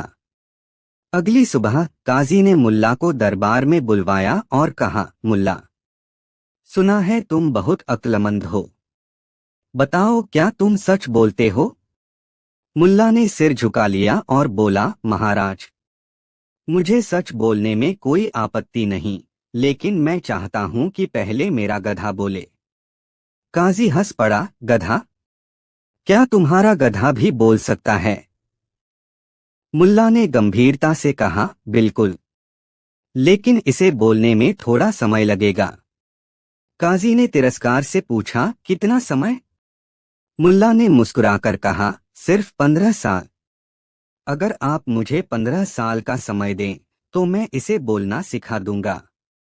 पूरे गांव में हल्ला मच गया। लोग कहने लगे, मुल्ला तो पक्का झूठ बोल रहा है, कोई गधा कैसे बोल सकता है? काजी भी खुश हो गया। उसने सोचा, अब या तो मुल्ला अपना वादा पूरा करेगा या फिर मैं इसे झूठा साबित करके दंड दूंगा। उसने कहा, ठीक है, तुम्हें 15 साल मिलते हैं, लेकिन अगर 15 साल बाद तुम्हारा गधा नहीं बोला तो तुम्हें सजा मिलेगी। मुल्ला ने सिर झुका लिया और चुपचाप दरबार से बाहर निकल आया। जब वह घर पहुंचा तो उसके दोस्त ने पूछा, मुल्ला, तुमने ये क्या कर दिया?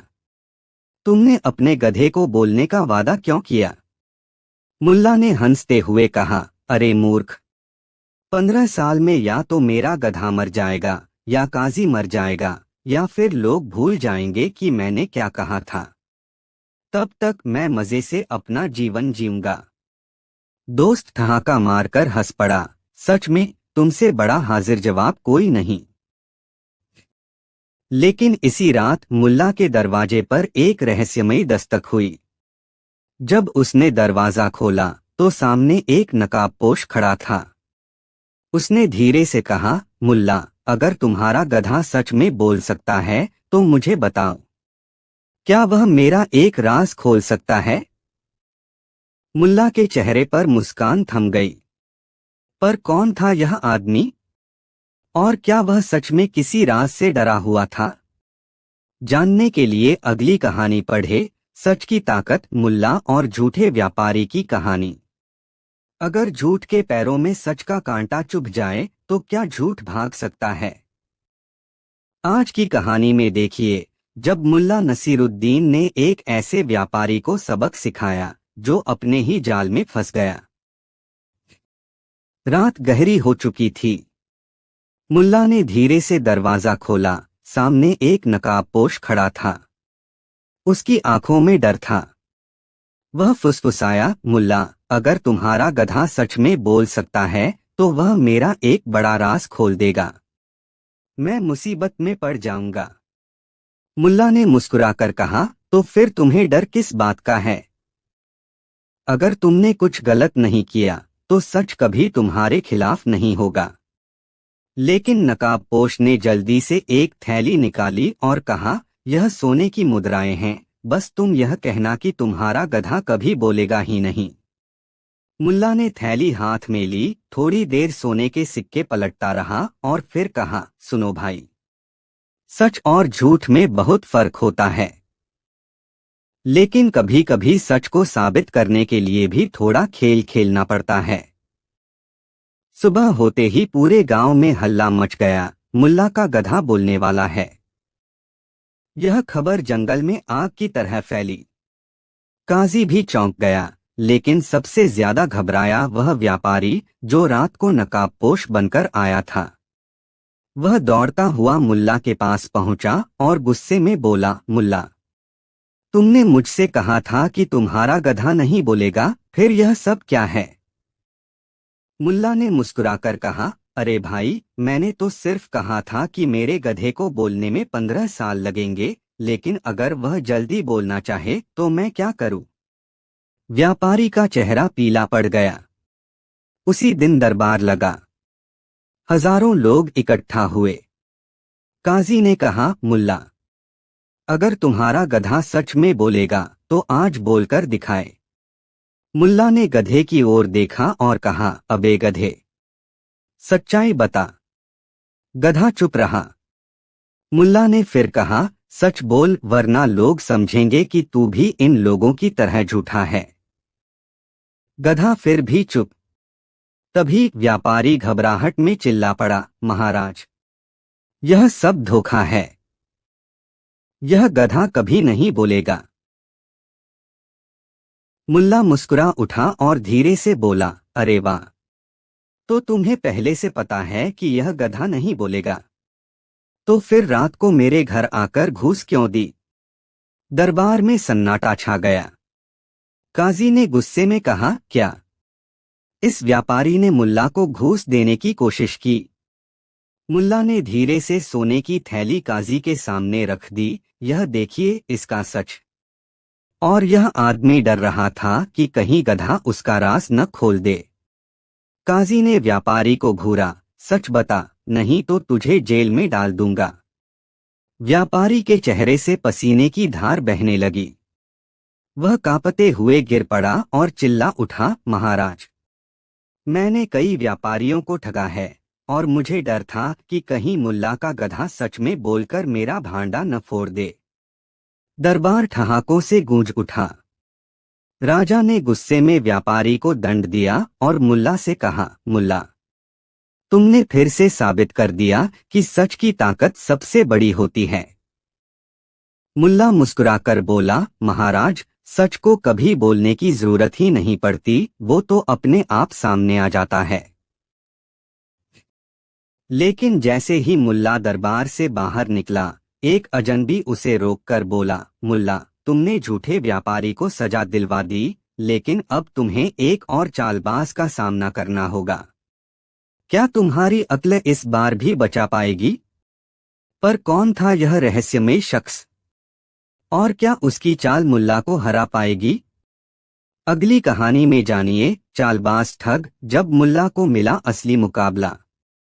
क्या चालाकी से भी बड़ी कोई चालाकी होती है? और अगर हो तो क्या मुल्ला इस बार भी अपनी हाजिर जवाबी से बच पाएगा? आज की कहानी में देखिए, जब मुल्ला नसीरुद्दीन को पहली बार मिला एक ऐसा चालबाज जिसने उसकी अक्ल को भी चुनौती दे दी। मुल्ला दरबार से बाहर निकल ही रहा था कि अचानक एक अजनबी रास्ता रोककर खड़ा हो गया। लंबा कद, पैनी आंखें और चेहरे पर एक रहस्यमयी मुस्कान। उसने धीरे से कहा, मुल्ला, तुमने झूठे व्यापारी को सजा दिला दी, लेकिन अब तुम्हें एक असली खिलाड़ी से सामना करना होगा। मुल्ला ने भौहें उठाईं, और वो खिलाड़ी कौन है? अजनबी हंस पड़ा, मैं इस शहर का सबसे बड़ा ठग। लेकिन मैं सिर्फ आम लोगों को नहीं, बल्कि अक्लमंदों को भी मूर्ख बना सकता हूँ। मुल्ला मुस्कुराया, तो फिर आजमा कर देख लो। अगली सुबह ठग ने पूरे गांव में ऐलान करवा दिया, अगर मुल्ला मुझसे ज्यादा चतुर है तो मैं उसे 100 अशर्फिया दूंगा, लेकिन अगर मैं जीत गया तो उसे अपनी पगड़ी मुझे देनी होगी। गांव में हड़कंप मच गया।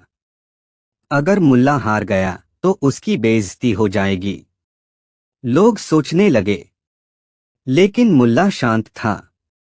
उसने कहा, मुझे मंजूर है, लेकिन पहले ये तो बताओ कि मुकाबला क्या होगा? ठग मुस्कुराया, हम दोनों एक दूसरे से 3 सवाल पूछेंगे। जिसे जवाब न आए वही हार जाएगा। पहला सवाल, ठग का हमला। ठग ने आगे बढ़कर पूछा, मुल्ला, बताओ, दुनिया में सबसे बेहतरीन चीज क्या है? मुल्ला ने तुरंत जवाब दिया, अक्ल। क्योंकि अगर अक्ल हो तो दुनिया की हर चीज तुम्हारी हो सकती है। गांव वालों ने तालियां बजाईं। दूसरा सवाल, मुल्ला का वार। अब मुल्ला की बारी थी। उसने पूछा, अगर एक आदमी अंधेरे कमरे में बंद हो और उसके पास एक ही माचिस की तीली हो तो उसे सबसे पहले क्या जलाना चाहिए? ठग सोच में पड़ गया। उसने कहा, मोमबत्ती। मुल्ला हंस पड़ा, गलत। सबसे पहले उसे माचिस जलानी पड़ेगी।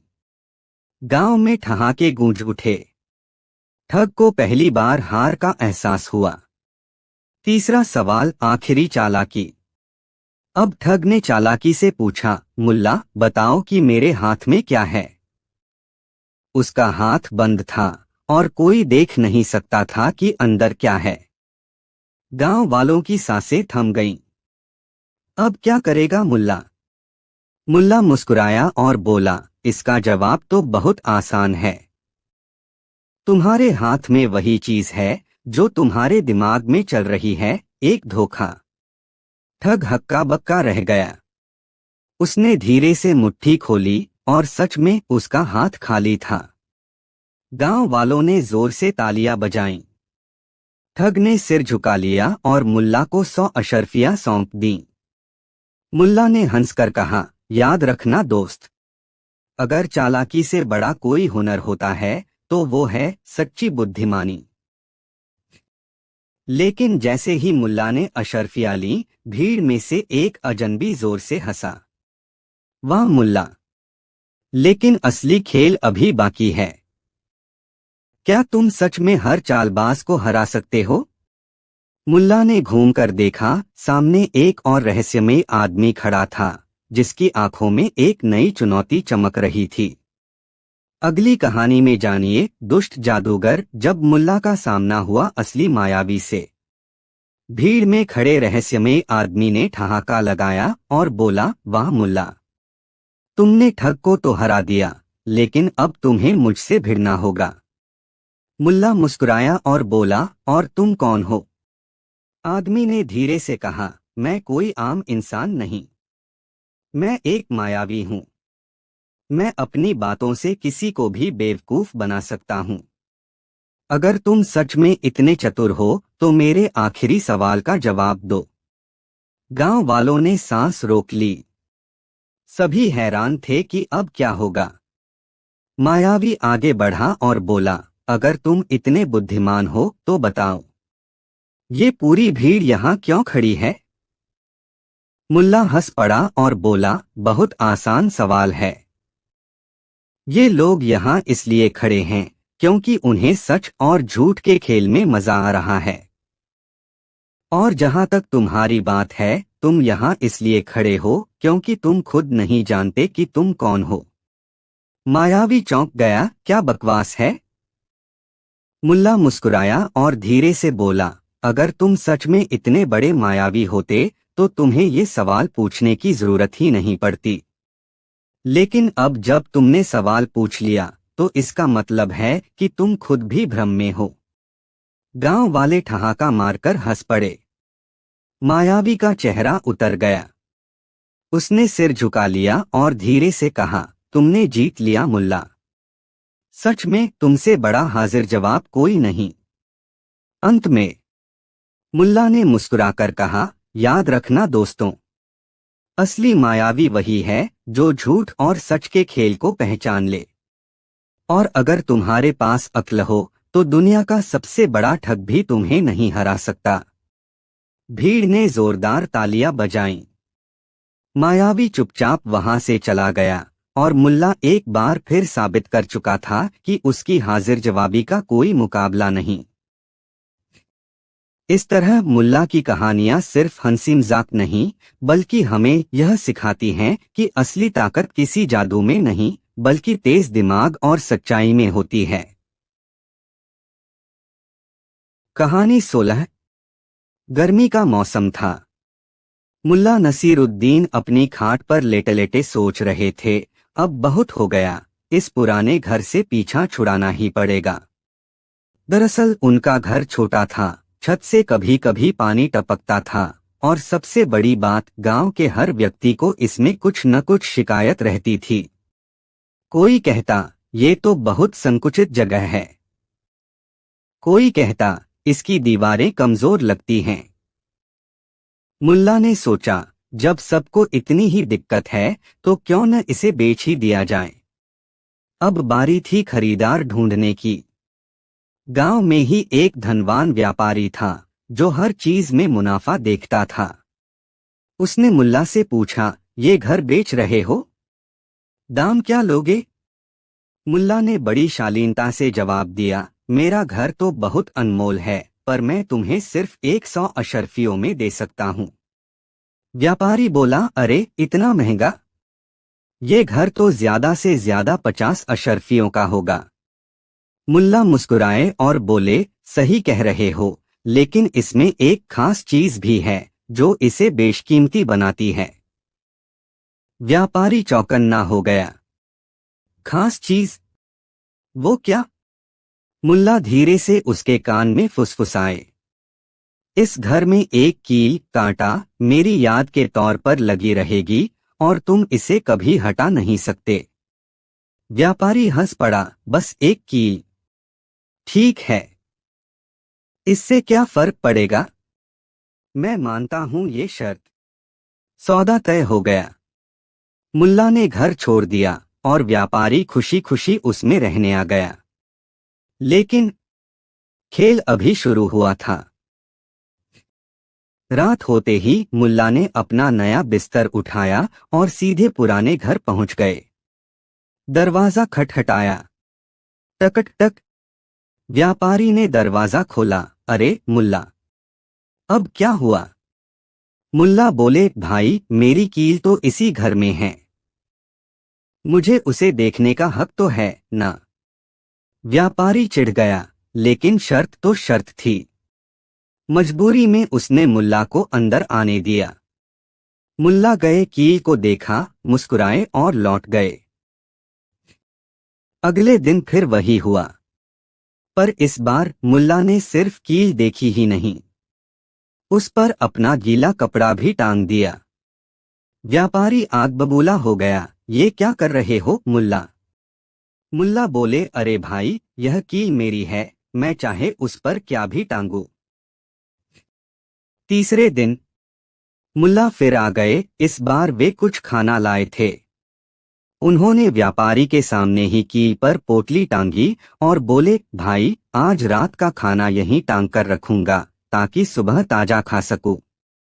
व्यापारी तमतमा उठा, ये घर अब मेरा है, तुम बार बार यहाँ नहीं आ सकते। मुल्ला शांति से बोले, अरे भाई, घर तुम्हारा है पर कील तो मेरी है। अब व्यापारी को समझ आया कि उसने क्या गलती कर दी। उसकी रातों की नींद उड़ गई। हर दिन हर रात मुल्ला आते और अपनी कील से कुछ न कुछ बहाना बना लेते। कभी गीले कपड़े टांगते, कभी खाने की पोटली, और कभी कभी तो चुपचाप कील को निहारते हुए गहरी सांसें भरते। कुछ ही दिनों में व्यापारी परेशान होकर खुद ही दौड़ा दौड़ा मुल्ला के पास आया और बोला, मुल्ला, माफ करो, मैं यह घर तुम्हें वापस देता हूँ, बस मेरी जान छोड़ो। मुल्ला हंसने लगे और बोले, मैं तो पहले ही कह रहा था, यह कील बड़ी कीमती है। इस तरह मुल्ला ने अपना घर बेचा भी और बिना पैसे खर्च किए वापस भी पा लिया। लोग इस किस्से पर हंस रहे थे, लेकिन तभी गांव का एक सिपाही दौड़ता हुआ आया। मुल्ला नसीरुद्दीन को तुरंत दरबार में बुलाया गया है। मुल्ला चौंक गए। अब क्या हुआ? मैंने तो इस बार कोई गधा नहीं खोया।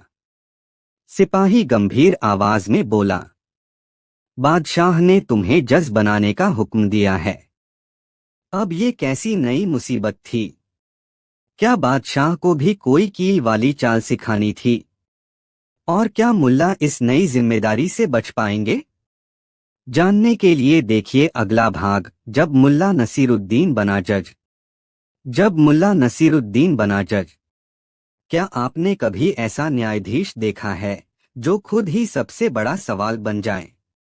कोई मुकदमा आए तो फैसला देने की बजाय ऐसा जवाब दे कि अपराधी भी अपना गुनाह भूल जाए। तो फिर सोचिए, जब मुल्ला नसीरुद्दीन जज बने होंगे तो क्या हुआ होगा? दरबार की गूंज। बादशाह के दरबार में भारी भीड़ थी। मंत्री, सिपाही, दरबारी सब एक कोने में खड़े थे और बीच में था मुल्ला नसीरुद्दीन जो सिर खुजा रहे थे। बादशाह ने गरजते हुए कहा, मुल्ला, मैंने सुना है कि तुम हाजिर जवाबी में बड़े माहिर हो, इसलिए आज से तुम्हें हमारा न्यायाधीश बनाया जाता है। मुल्ला चौंके, मगर हुजूर, मैं न्यायाधीश बनूंगा? मैंने तो कभी कोई केस नहीं सुलझाया। बादशाह ने मुस्कुराकर कहा, कोई बात नहीं, तुम्हारी समझदारी ही तुम्हें सिखा देगी। दरबार में तालियां बजीं। मुल्ला का सिर घूम गया। लेकिन क्या करें? आदेश था, मानना ही पड़ा। पहला मुकदमा। अगले दिन मुल्ला अपनी जज की कुर्सी पर बैठे थे कि पहला मुकदमा आ पहुंचा।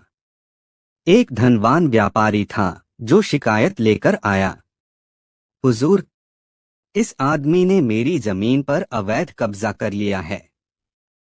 मैं सबूत लेकर आया हूं। सामने एक गरीब किसान खड़ा था जिसकी आंखों में आंसू थे। उसने हाथ जोड़कर कहा, हुजूर, यह जमीन मेरी ही थी, मगर व्यापारी ने मुझसे जबरन लिखवा ली। मुल्ला ने सोचा, अब इस मामले का क्या हल निकालूं? उन्होंने दोनों को ध्यान से देखा, फिर अचानक अपनी आंखें बंद कर लीं और गहरी सांस भरकर बोले, इसका फैसला आसान है। दोनों अपनी अपनी जमीन के मालिक हैं। दोनों पक्ष हक्का बक्का रह गए। व्यापारी चिल्लाया, मगर हुजूर, ऐसा कैसे? मुल्ला ने आंखें खोलीं और बोले, क्योंकि इस जमीन पर असली मालिक धरती माता हैं। न तुम इसे अपने साथ ले जा सकते हो, न ये किसान। इसलिए मामला खत्म। पूरे दरबार में हंसी गूंज उठी, लेकिन बादशाह मुस्कुराए और बोले, यह तो गजब का फैसला था। चलो अगला मामला लाओ। अनोखा न्याय। फिर एक और मामला आया। एक आदमी ने शिकायत की, हुजूर, मेरे पड़ोसी का मुर्गा हर सुबह इतनी जोर से बांग देता है कि मेरी नींद खराब हो जाती है। मुल्ला ने पूछा, तो इसमें तुम्हारा क्या नुकसान हो रहा है? आदमी गुस्से में बोला, मेरा पूरा दिन खराब जाता है। मैं थका रहता हूँ, कोई काम नहीं कर पाता। मुल्ला ने सिर झुकाकर कुछ सोचा, फिर गंभीर आवाज में बोले, तो ठीक है, हम फैसला सुनाते हैं। अब से तुम्हें अपने कान में रुई डालकर सोना होगा। दरबार में ठहाके लग गए। लेकिन तभी नया मोड़। अचानक दो सिपाही दौड़ते हुए दरबार में आए और बोले, हुजूर, राज्य में एक अजीब घटना घटी है। बादशाह के सबसे भरोसेमंद दरबारी का गहनों से भरा संदूक गायब हो गया है और संदेह पूरे महल पर है। बादशाह ने गुस्से से कहा, जो भी चोर होगा उसे कड़ी सजा मिलेगी। मुल्ला, अब देखो तुम इस मामले को कैसे सुलझाते हो। मुल्ला ने ठंडी सांस ली, फिर बोले, हुजूर, इस मामले की गहराई में जाने के लिए मुझे सिर्फ एक रात का समय चाहिए। बादशाह ने सिर हिलाया, ठीक है, लेकिन याद रखना, अगर इस बार तुमने भी मजाक किया तो तुम्हारी जज की कुर्सी छिन जाएगी। अब मुल्ला के सामने सबसे बड़ी चुनौती थी। आखिर महल का चोर कौन था? क्या मुल्ला अपनी हाजिर जवाबी से उसे पकड़ पाएंगे, या इस बार उनकी चाल उल्टी पड़ जाएगी? जानने के लिए देखिए अगला भाग, जब मुल्ला ने चोर को पकड़ लिया। क्या आपने कभी ऐसा जासूस देखा है जो बिना तलाशी लिए ही चोर पकड़ ले, बिना सवाल जवाब किए ही सच उगलवा ले, और वह भी सिर्फ एक छोटी सी चाल से? तो फिर सोचिए, जब बादशाह के दरबार में चोरी हुई और जासूस की जगह मुल्ला नसीरुद्दीन को बुलाया गया, तो क्या हुआ होगा? राजमहल की चोरी। बादशाह का दरबार सन्नाटे में डूबा था। उनकी सबसे कीमती संदूक, जिसमें बेशकीमती गहने और मोहरें थीं, गायब हो चुकी थी। पूरे महल में हलचल मची हुई थी। सिपाहियों ने हर जगह तलाशी ली, लेकिन चोरी का कोई सुराग नहीं मिला। बादशाह ने गुस्से से सिंहासन पर बैठते हुए गरज कर कहा, इस राज्य में कोई भी सजा से बच नहीं सकता, लेकिन पहले हमें चोर चाहिए। सबकी निगाहें मुल्ला नसीरुद्दीन पर थीं, जो अब न्यायाधीश की कुर्सी पर विराजमान थे। मुल्ला ने ठंडी सांस ली और धीरे से कहा, हुजूर, मुझे बस आज रात तक का समय दें, और मैं चोर को आपके सामने पेश कर दूंगा।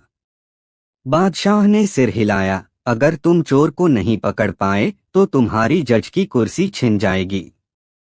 अब यह मुल्ला की सबसे बड़ी परीक्षा थी। मुल्ला की चाल। रात हुई। मुल्ला ने महल के सभी सेवकों, सैनिकों और दरबारियों को एक बड़े कमरे में बुलाया और कहा, अब हम एक पुरानी विद्या का प्रयोग करेंगे। यह विद्या इतनी सटीक है कि चोर खुद पकड़ा जाएगा। लोग हैरानी से देखने लगे। मुल्ला ने महल के बीचों बीच एक बड़ा पर्दा लटकाया और उसके पीछे गए। कुछ मिनट बाद वे बाहर आए और सबके सामने खड़े हो गए। उनके हाथ में एक लंबी लकड़ी थी।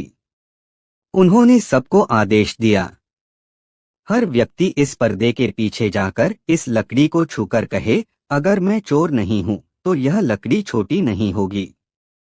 सब लोग अचरज में पड़ गए, मगर आदेश था तो मानना ही था। एक एक करके सभी लोग पर्दे के पीछे जाते और लकड़ी को छूते हुए कहते, अगर मैं चोर नहीं हूं तो लकड़ी छोटी नहीं होगी। चोर फंस गया। जब सबने यह प्रक्रिया पूरी कर ली तो मुल्ला ने सबको हाथ दिखाने को कहा। सभी ने अपने हाथ आगे किए। मुल्ला ने ध्यान से देखा और अचानक एक व्यक्ति की ओर इशारा किया, यही है चोर, इसे पकड़ लो। बादशाह, सिपाही और बाकी सभी चौंक गए। मगर मुल्ला, तुमने इसे कैसे पहचाना? बादशाह ने पूछा। मुल्ला मुस्कुराए और बोले, दरअसल यह कोई जादू नहीं था, बस एक छोटी सी चाल थी। मैंने पर्दे के पीछे एक गीली लकड़ी रखी थी और उसके सिरे पर हल्की हल्की काली स्याही लगा दी थी। ईमानदार लोग निडर होकर लकड़ी को छूकर बाहर आए, लेकिन चोर को डर था कि लकड़ी सच में छोटी न हो जाए, इसलिए उसने लकड़ी को छुआ ही नहीं। मुल्ला ने चोर के हाथ की तरफ इशारा किया, देखिए, इसके हाथ पर कोई स्याही नहीं लगी। और बस इसी डर ने इसे पकड़वा दिया। बादशाह जोर से हंस पड़े। वाह मुल्ला, तुमने तो गजब का न्याय किया। दरबार तालियों से गूंज उठा और मुल्ला की चालाकी की हर ओर चर्चा होने लगी। लेकिन तभी, जैसे ही लोग इस जश्न में डूबे थे, एक दरबारी भागता हुआ आया और घबराई आवाज में बोला, हुजूर, महल के तहखाने में कुछ अजीब हो रहा है। दीवारों से अजीब सी आवाजें आ रही हैं। बादशाह चौंक गए। क्या? तहखाने में? मुल्ला ने थोड़ी सहलाई और बोले, लगता है यह मामला चोरी से भी बड़ा है। कहीं ये कोई और गहरी साजिश तो नहीं? क्या महल के तहखाने में कोई खुफिया राज छुपा था? क्या मुल्ला इस नए रहस्य की गुत्थी सुलझा पाएंगे? और क्या यह किसी बड़े षड्यंत्र की शुरुआत थी? जानने के लिए देखिए अगला भाग, जब मुल्ला नसीरुद्दीन पहुंचे तहखाने में। क्या आपने कभी ऐसी रहस्यमयी जगह के बारे में सुना है, जहां दीवारें खुद बुदबुदाती हों, जहां किसी के कदम पड़ते ही हवा में सिहरन दौड़ जाएं, और जहां जाने वाले बहुत कम लोग वापस लौटते हों? तो सोचिए, जब मुल्ला नसीरुद्दीन को रात के अंधेरे में महल के तहखाने में भेजा गया, तो क्या हुआ होगा? अचानक आई अजीब खबर। चोर पकड़ा जा चुका था, लेकिन अभी रात पूरी नहीं हुई थी। दरबारी ने घबराई आवाज में कहा, हुजूर, महल के तहखाने से अजीब आवाजें आ रही हैं, जैसे कोई दीवार के अंदर कुछ कह रहा हो। बादशाह का चेहरा कठोर हो गया। उन्होंने तुरंत सिपाहियों को इशारा किया, देखो ये क्या मामला है। लेकिन सिपाही पीछे हट गए। एक ने कांपते हुए कहा, हुजूर, कोई भी वहां नहीं जाता। वहां जो भी गया कभी वापस नहीं आया। महल में सन्नाटा छा गया। अब सबकी नजरें जज मुल्ला नसीरुद्दीन पर थीं। बादशाह ने गंभीर स्वर में कहा, मुल्ला, क्या तुम इस रहस्य से पर्दा उठा सकते हो? मुल्ला ने थोड़ी सहलाते हुए सोचा और मुस्कुराकर बोले, हुजूर, जब गधे की पूंछ सीधी नहीं हो सकती तो डर की परछाई कैसे मिट सकती है? मुझे एक मशाल दीजिए, मैं तहखाने में जा रहा हूं। मुल्ला मशाल लेकर धीरे धीरे महल के पुराने तहखाने की ओर बढ़े। दरवाजे पर जंग लगी थी, जैसे सालों से किसी ने इसे नहीं खोला हो। चा खर्रर। अचानक एक अजीब सी सरसराहट सुनाई दी। मुल्ला ठिठक गए। पीछे देखा, कोई नहीं था। उन्होंने हल्की हंसी के साथ खुद से कहा, लगता है डर ने सिपाहियों की तरह ही मेरे कान भी भर दिए हैं। और फिर उन्होंने दरवाजा खोला। अंदर घुप अंधेरा था। धूल जमी हुई थी, दीवारें ठंडी और सीलन भरी थीं। जैसे ही उन्होंने पहला कदम रखा, जमीन पर कुछ चरमरा कर टूटा। उन्होंने नीचे देखा, पुरानी हड्डियां बिखरी हुई थीं। मुल्ला ने मशाल ऊंची की और चारों ओर देखा। दीवारों पर पुराने राजाओं और युद्धों की फेडेड चित्रकारी बनी थी। लेकिन तभी, खर्रर, बचाओ! कोई फुसफुसा रहा था। मुल्ला ने एक कोने में देखा, वहां दीवार में हल्की सी दरार थी और ऐसा लग रहा था कि अंदर कोई कैद है। मुल्ला ने तुरंत दरवाजे की तरफ देखा और जोर से चिल्लाए, सिपाहियों को बुलाओ, यहाँ कोई है। सिपाही दौड़कर आए और दीवार को तोड़ने लगे। कुछ ही मिनटों में एक गुप्त कमरा खुल गया। अंदर एक बूढ़ा व्यक्ति पड़ा हुआ था, आंखों में कमजोरी पर चेहरे पर रहस्य। बादशाह खुद तहखाने में पहुंचे और चौंक गए। अरे, यह तो हमारे पुराने राजगुरु हैं। ये यहाँ कैसे? बूढ़े व्यक्ति ने कांपते हुए कहा, मुझे कई साल पहले धोखे से यहाँ कैद कर दिया गया था। मुल्ला ने पूछा, लेकिन आपने आज तक आवाज क्यों नहीं लगाई? राजगुरु ने हंसते हुए कहा, क्योंकि जब तक लोग सच पर पर्दा डालते हैं तब तक दीवारें भी चुप रहती हैं। लेकिन जब चोर पकड़ा गया तो तहखाने की किस्मत भी खुल गई। अब सवाल ये था, किसने राजगुरु को कैद किया था? क्या यह कोई बड़ी साजिश थी? और क्या मुल्ला नसीरुद्दीन इस राज को खोल पाएंगे? जानने के लिए देखिए अगला भाग, जब मुल्ला ने बेनकाब किया महल की साजिश को। क्या आपने कभी सुना है कि एक चोर को पकड़ने से एक राज खुल जाए, और वो राज इतना गहरा हो कि पूरी सल्तनत हिल जाए? तो सोचिए, जब मुल्ला नसीरुद्दीन ने तहखाने में कैद बूढ़े राजगुरु को बाहर निकाला तो क्या हुआ होगा? बादशाह ने कांपती आवाज में पूछा, राजगुरु, आखिर तुम्हें किसने कैद किया था? राजगुरु ने गहरी सांस ली और बोले, हुजूर, यह कोई मामूली चोरी नहीं थी, यह तो आपके राजसिंहासन को हड़पने की एक गहरी साजिश थी। पूरा दरबार सन्न रह गया। राजगुरु ने बताया कि कई साल पहले जब बादशाह युवा थे, उनके सबसे करीबी दरबारी ने गद्दी हथियाने की कोशिश की थी, लेकिन राजगुरु को इस साजिश की भनक लग गई थी। जब मैंने बादशाह को सावधान करने की कोशिश की तो उसी विश्वासघाती दरबारी ने मुझे ही कैद करवा दिया। बादशाह का चेहरा कठोर हो गया। उन्होंने पूछा, कौन था वह गद्दार? राजगुरु ने धीरे धीरे अपनी उंगली उठाई और महल के सबसे बड़े वजीर की तरफ इशारा कर दिया। महल में हलचल मच गई। वजीर का चेहरा सफेद पड़ गया। उसने इधर उधर देखा और अचानक दौड़कर भागने की कोशिश की, लेकिन मुल्ला नसीरुद्दीन पहले से तैयार थे। उन्होंने पैर आगे बढ़ाया और धप्प, वजीर ठोकर खाकर जमीन पर गिर गया। मुल्ला मुस्कुराए और बोले, हुजूर, एक चोर को पकड़ने की कोशिश में असली गद्दार भी पकड़ में आ गया। बादशाह ने गुस्से में आदेश दिया, इस विश्वासघाती को तुरंत कैद में डाल दो। सिपाही वजीर को पकड़कर ले गए। बादशाह ने मुल्ला की तरफ देखा और बोले, मुल्ला, तुम्हारी बुद्धिमानी ने आज हमारी सल्तनत को बचा लिया। दरबार में तालियों की गूंज उठी। मुल्ला मुस्कुराए और बोले, हुजूर, अब तो मेरी न्यायाधीश की कुर्सी पक्की हो गई है ना? बादशाह हंसे और बोले, न्यायाधीश, अब तो तुम्हें राज्य का महामंत्री बना देना चाहिए।